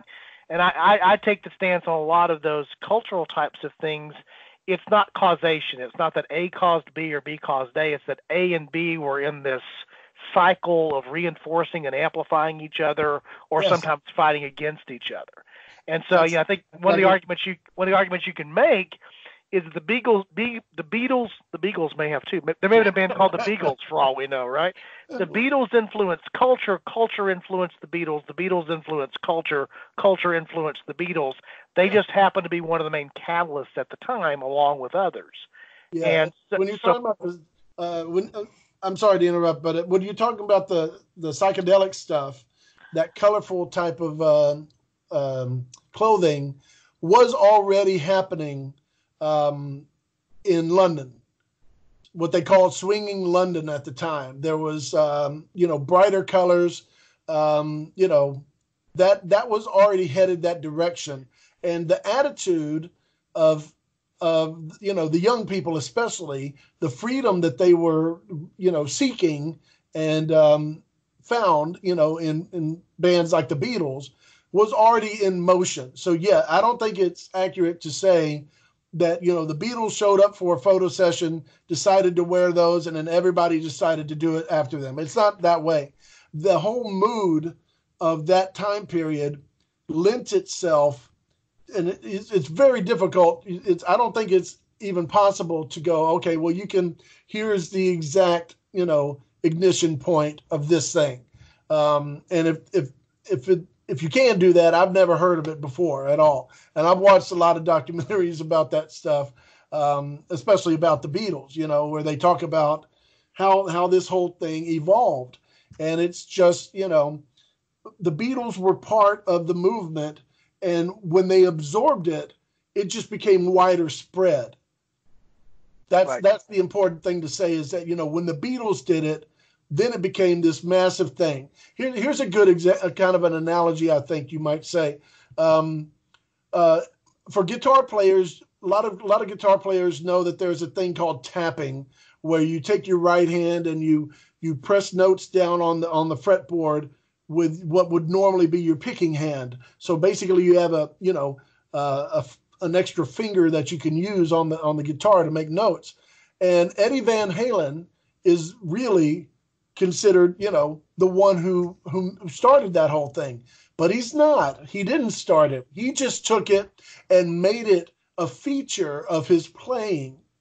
So that's the difference. It's just he made a big thing out of it and did it so much that people go, oh, well, he's the one associated with it. So the Beatles are, in a lot of ways, it's like that too for some of the cultural things. The Beatles were part of it, especially in England, because that's, they lived there at the time. And that English stuff was still spilling over into America. And eventually that whole psychedelic thing, caught on in America to some degree amongst the youth. I wouldn't say that I don't think it ever became super mainstream. And it was a very short-lived thing. The whole, that colorful period soon gave way to a more, what you would associate with hippies, the natural, just not worrying about bathing. Yeah, it's hard to call it a style. It's sort of an anti-style, right? Exactly. It's just I'm not going to have any style versus having a style.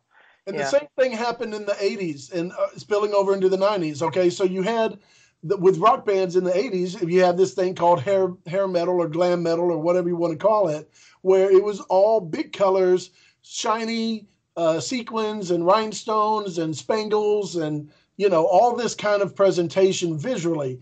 And also the bands themselves were very animated. It was just a big presentation, and that was what you associated with rock and roll, basically between the years 85 and 88 or 89. And then the reaction against that became, no, we're going to be more, stripped down, kind of just basic leather or denim, no sprayed up hair. Hair is still long, but, just down, looking much more natural. And then that whole pendulum swung so far to the extreme that by 91, you had, Nirvana and the whole Seattle grunge movement where, I mean, they looked like they were homeless. They were wearing things that you would find in a dumpster, and forget about washing your hair, once a day or even once a week. It just looked like they were just, like they had bugs crawling in their hair. So, and then the music was that way too. Very, very raw, very unpolished, and noisy. And of course, after a while, there became a reaction against that, and that's just kind of the, that's just the cycle of taste that happens over time. Right, and that whole thing we see both in fashion, sometimes in media, old things become new again, right? I mean, there's you could first thing that popped in my head, don't know why it popped in my head, I was thinking about Michael Bublé. He's you pick him up and you move him back. Pick the number of years you want to move him back to. One of the things I was looking at, we were looking at some of those lists of what the songs were. In 1964, we referenced this week so many times, that famous week when the Beatles had the top 5. Yep. Just in that year, here are some of the other artists that had their first number 1 hit during that year. You mentioned the Beach Boys. Louis Armstrong had his first number 1 hit. This is going to be the one that just jumped out at me. It may not jump out at any of our listeners, but Lauren Green. That's right, Lauren Green of Bonanza and Battlestar Galactica fame, I guess, are the two things that pop into my head. I probably haven't done him justice in some way. Lauren Green had a number 1 hit. So in this, in this same era that the Beatles are, have the top 5 positions on the chart, it's also still going on at that time that's also in the culture. Dean Martin had a number 1 hit that year. That stuff comes back around full circle in a lot of ways later. It's all there. It's all in the wheel. It sort of all comes around.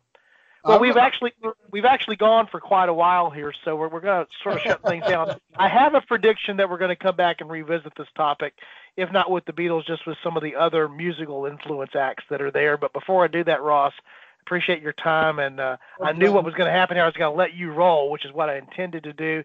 Is there any one thing that we didn't talk about that, if you don't say this about the Beatles, and we end the recording here, we end the podcast, and you go back and listen to it later and say, I can't believe I didn't say X. What is X? Well, I would say it's worth mentioning specifically the bands that are noticeably Beatlesque. That came after the Beatles. Okay, the Byrds, those guys originated right in the middle Beatles period. When you think of songs like Ticket to Ride and stuff, that jangly guitar period, the Rubber Soul time period for the Beatles, the Byrds came right after that. There's a band called Badfinger, which Paul McCartney I think he discovered them, and he actually wrote their first single, the Come and Get It. If you want it, here it is, come and get it. That's Paul McCartney's song. He just had them do it. Okay. You've heard of Badfinger before? Yeah. Okay. You have a band, like later on in the 80s, you had XTC, they never really made it huge in America, but they were definitely built on the Beatles. The Bangles, the girl group, the Bangles, they were definitely influenced by the Beatles. Squeeze from the 80s, they were definitely, even Tears for Fears, when they came out with a song called Sowing the Seeds of Love.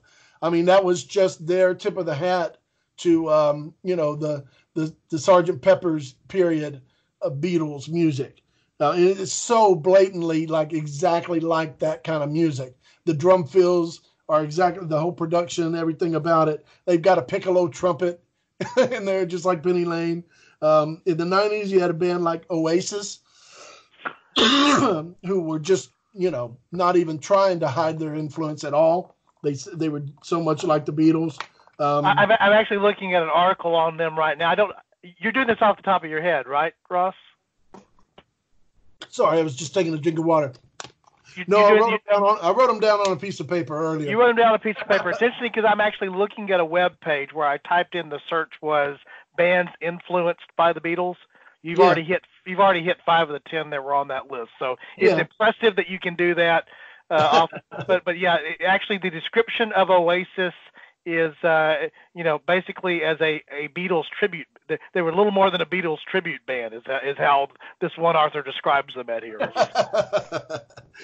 Yeah, so they continued to have, because you asked earlier the question about anything currently, and there's nothing within I would say the last 15 years that I can't point to anything that's on that level. But if you go back a little bit further, you have the direct kind of connection between the Beatles and these other bands that came in much later, a good 20 years after the fact. They're still drawing influence from what the Beatles did back in the 60s. And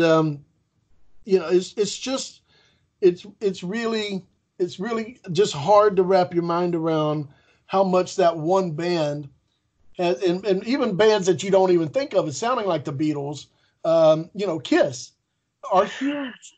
They're huge Beatles fans. But I have to explain for our listeners. Ross, you're in the top 1% of Kiss fans globally, just so people know that. But I was actually looking here at the list that I pulled up on the internet, knowing that you're a big Kiss fan. In fact, you've published a book, photos of Kiss that you've restored. I want you to talk a little bit about that.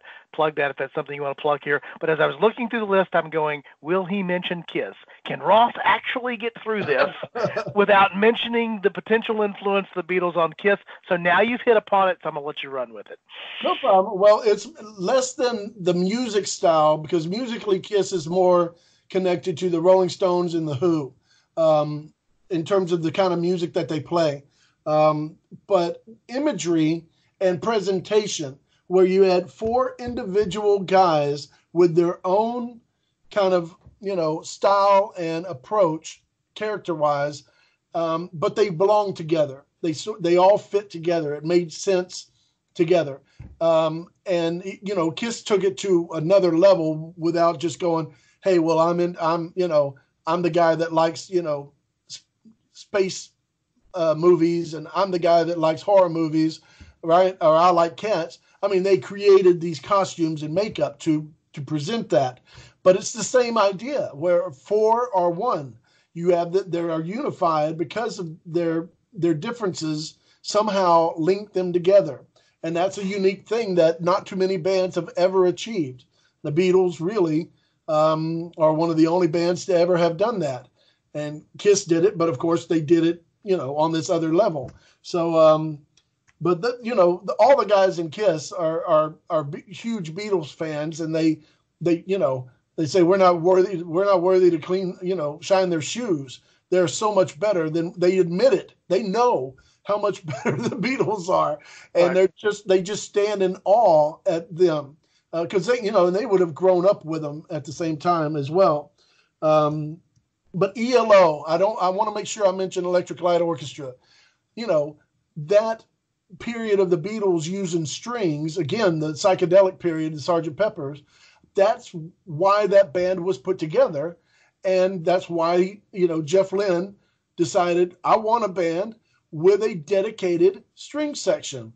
If Chicago can have a dedicated horn section, I want strings, and I love them that much, and this is going to be our thing that sets us apart. So we always have featured strings in every song. And, and it was not just recording and then, some hired guys to do it on stage, but it was part of the band. So that was important to Jeff Lynne, and his songs, his chord progressions, everything that he's done, he learned from the Beatles musical, instruction book, and made all these other great songs that came afterwards. So, and Queen, of course, is just, for me, they're just the perfect blend of Led Zeppelin and the Beatles. Queen took what the Beatles did, where you'd have a song like, When I'm 64, which is basically like a vaudeville type of, old style music like that, and, made it a Beatles song. And Queen would do stuff like that with, they didn't have any big hits with them, but songs on their albums, on the Night at the Opera album, they have a couple of songs that are like that. Seaside Rendezvous, Lazing on a Sunday Afternoon. It's all that very vaudeville type stuff. So if you heard those songs completely out of context and you didn't know anything else, you would go, "Those aren't rock songs." Exactly. They are tried and true, right down to the recording styles of having the vocals sound, like it's almost like "Mama, how I love you." I mean, it's got that same kind of production to it, and they wanted it to be that way. They weren't trying to necessarily make that a new style to update for the 70s or whatever. They just loved that style of music, and the Beatles did it, and why can't we? Right. Which now comes us back full circle to one of the biggest influences. And if you're thinking about what would have happened if it was bringing that idea not that there hadn't been artistic musical freedom before the Beatles. They didn't invent artistic musical freedom, or we'd all still be doing Gregorian chants, right? But exactly. But they brought it to a new level and brought it to a commercial success level that also made it something that was going to be allowed to be into music. And I think that's one of the big influences that's there. And it's, again, we struggle sometimes. We struggle here on the podcast. I think we struggle in general to try to understand just how influential these things are that they aren't, because they're there. They're part of our culture. For example, you just can't undo the fact, if you've heard "Let It Be," you can't undo that, right? And so, it's hard to imagine it without it. But the thing that popped into my mind, and maybe this is a good way to sort of bring it back full circle, because I referenced this a few minutes ago, without the Beatles, we may have had a lot more things over the years that sounded like Lauren Green. Not that would be a bad thing necessarily, but it would be a different thing. I think we had this same comment on our Star Wars episode. Something else would have come along that would have captured at least an element of the cultural significance that Star Wars did, or that the Beatles did in music, or pick another genre of whatever it is you want to look at, fashion, for example. But so there would have been something, but that something would have been different. May not have been better. I'm not saying it would have been better or worse. We just know that it would have been different, and we definitely would be living in a different world if there were no Beatles. In fact, one of the ironies to me, and I mentioned this as we were sort of leading into it, so it's also probably another good way to close out, is in the movie Yesterday, which was, again, about the idea that the Beatles had never existed. When you see the movie, one of the neat things they put into that is there's other things that change too. There is no Coca-Cola, nobody smokes cigarettes, and there is no Harry Potter. Now, what those have to do with what exactly those have to do with the Beatles, they don't even go to the point of explaining. Or is it just another other thing that's there? It's different. Yeah. And so we don't necessarily know what those connections might have been or could have been, or even if they're supposed to be connected, but we do know that it's different. And so I think obviously it's a fair thing to say we'd live in a different world if there were no Beatles. We'd live in a different world if it were still the same band and they were called the Quarrymen. Just even that change would have made something different, which is what they were before they evolved into the Beatles. Right. But I don't think we would necessarily live in a better world if there'd been no Beatles. That's probably a good way to put it, the ultimate punctuation mark on this whole discussion.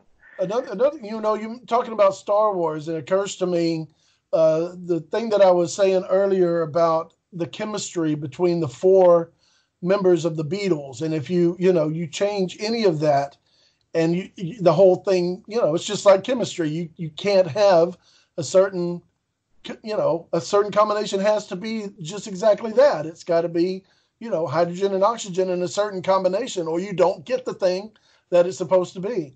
And with Star Wars, when you've got Mark Hamill, I mean, if we're just talking about what I consider the four, I don't know why four is always the thing, but it just seems to be, but when you have, Mark Hamill and,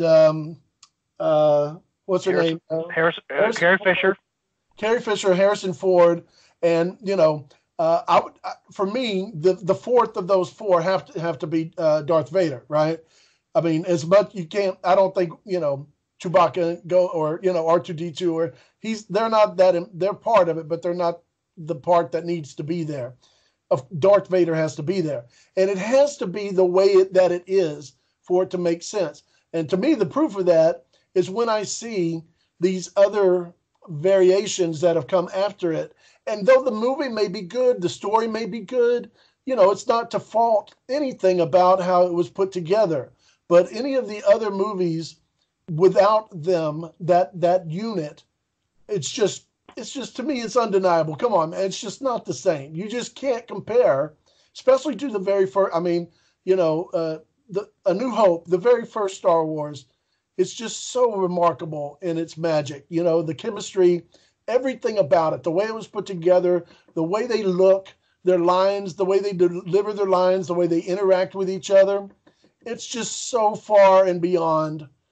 Again, somebody else may disagree, but I think it's pretty fair to say that's it's the best Star Wars movie, and it's the reason why the power or the influence of that movie is why there are so many other Star Wars movies. And Right. Here we are in 2019, and another one coming up. So. Right. And for example, you mentioned the monkeys earlier. We will close this thing, but it's hard to close. You mentioned the monkeys earlier on? In and of themselves, okay, there are no Beatles, but there would be no monkeys if there weren't for the Beatles, right? Yeah. So the fact that there's that initial thing that influences it doesn't diminish the things that are even derivative off of it. One of the things we talked about in the Star Wars episode is, okay, there's other science fiction stuff. Some of it wasn't nearly as good as Star Wars. You may argue in some ways some of it was better than Star Wars, but you wouldn't have any of it if there hadn't been this sudden move to, the explosion of science fiction because of Star Wars. Yep. So you wouldn't, whether some of these derivative acts, the monkeys or anybody else, some of the things you mentioned there are these other, things that flowed from that. The very fact that they exist is because they exist, and they only exist because of what influenced them or what started them, and that's not a bad thing, and that's true a lot. It's true in a lot of culture. The fact that imitation is the greatest form of flattery, that doesn't mean the imitation sometimes isn't pretty doggone good. Yeah, and no doubt about it. Yeah, and comes to a place. So, Ross, I've really enjoyed it. I hope our listeners have enjoyed it. It's a little bit different than what we normally do on the podcast, but different is good. I'm having a groundhog moment. Anything different is good. And I know I'll have you back. I'll even tease the listeners a little bit. If you're willing to do this, one of the things I'd really love to do an episode with you is, we haven't talked about this, but this is more in our wheelhouse of when we were teenagers in the musical era that we were most influenced by as we were coming to appreciate music. How would things be different if there had been no MTV, or if there had been a delay to MTV? Yeah, that's great. That's a great idea. I think we would see, ironically there, because we didn't even talk about it. There's so much we didn't talk about. We didn't even talk about their film, what they did on film and how that was innovative and what was new and different. And, the reason the Monkees are a TV show is the Beatles made movies, kind of thing. But one of the things we will do at some point, I hope soon, is come back and circle around on a little bit later musical phenomena of how would music have been different without video? Did video actually kill the radio star? That is the question we may actually try to answer, or did it just change the radio star? So Ross, thanks for joining us. I did mention something here. I'm very proud of the fact that you actually do a Kickstarter campaign and just a lot of effort. And you actually produced a book of photos of one of your favorite groups, which is KISS. Is that something that people can still buy out there? Well, the book's not done yet. Okay. No, this has been a long road. In July of 2018, about a year and a half ago, I began taking pre-orders for this book, and I was able to raise $125,000 to fund, licensing of photos and printing and all the other things that you need to pay for to get a book done. And I'm still finishing it, but I'm almost done. We're trying to have it done by finally out there and in people's hands sometime in spring of 2020. So, it's called Magic. See, I mean, listen, it's really on the subject that we're talking about, because KISS, like I said earlier, is that same kind of thing where it's a magic combination that it's really hard to put your finger on one thing or another. It's just how it all fell together. And so the book's called Magic, KISS Chronicles, 1973 to 1983. And it's really not a photo book. It's really a reference book, like you would even have at school, where you learn about a subject and you have photos and text to be able to, they go hand in hand to be able to illustrate what the story is. And that's what this book is. It's a day-by-day chronicle of those 10 years, 1973 to 1983, for the rock band Kiss. And very much like the Beatles, who were super busy for the years that they were together, Kiss were very busy too, putting out 2 albums a year and touring nonstop and, making videos and photo sessions and interviews and every other thing that they could do to become, the big band that they wanted to be. So that's, you can pre-order. You can go to the website is the title of the book, Magic Kiss Chronicles, 1973 to 1983. Chronicles with a K, of course. Well, of course. and one of the things that we'll do for our listeners to make it easy is we'll put a link there in the show notes. So if that's something that you're interested in and you'd like to pursue that, and we'll make sure the link's in there so that you can easily find that and support that. I'm happy to let Ross have an opportunity to talk a little bit. I know it's been a labor of love for him. It's been a learning experience for him, all kinds of things that go with that. But like a lot of good things that we do in life, it comes out of a passion that we have. I know you have a passion for that. Anybody who's listening to this podcast can tell you have a passion for music and have a passion not just for the Beatles, but music in general. And that's one of the things I've always loved. I don't have the skills or the talent that you do in that area, but passion rubs off on people. And so I hope that people have enjoyed I know it's been a little over 2 hours of our recording here. It's flown by for me. I think it actually will fly by for our listeners because we kept that going as well. So if you enjoyed Ross on the podcast, he'll be back again, and we'll definitely do that. So as we get ready to close here, I just want to say thank you again to him, and thank you again to our listeners. We're now, this will be somewhere around episode 32-ish or so of the podcast, if I think I've got my numbers right in my head. It's been a labor of love for myself and my daughter. Alexis is the co-host of this, and we like to vary these topics up. So often it's about some serious historical topics. So I want to throw these topics that have a little bit more whimsy in on occasion too, because they can also be equally influential. So hope you've enjoyed this episode, and we'll try to do more of this type of thing to keep the podcast in balance. So as we get ready to close out here, again, I'll just say thanks to Ross, thanks to you. Remind you that you can visit our webpage. That's www.aforkintimepodcast.com. As we always say, the A on the front and the podcast on the end are both important to get you to the right place. There you get access to our entire back catalog of our free episodes, which every week's episode is a free episode, but also links to other ways that you can provide topic suggestions, feedback for the podcast.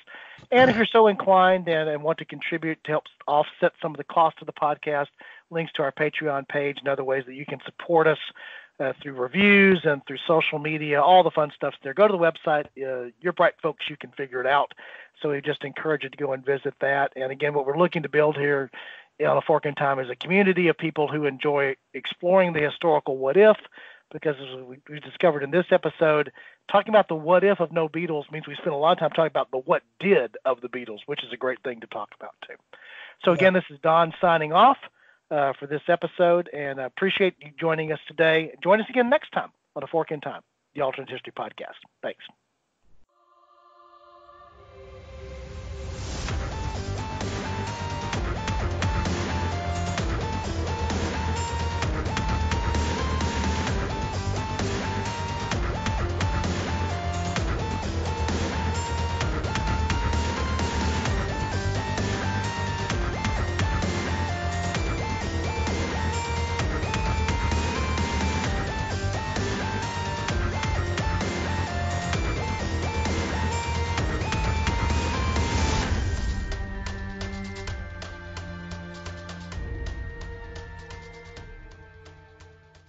Thanks for listening to A Fork in Time, the Alternate History Podcast.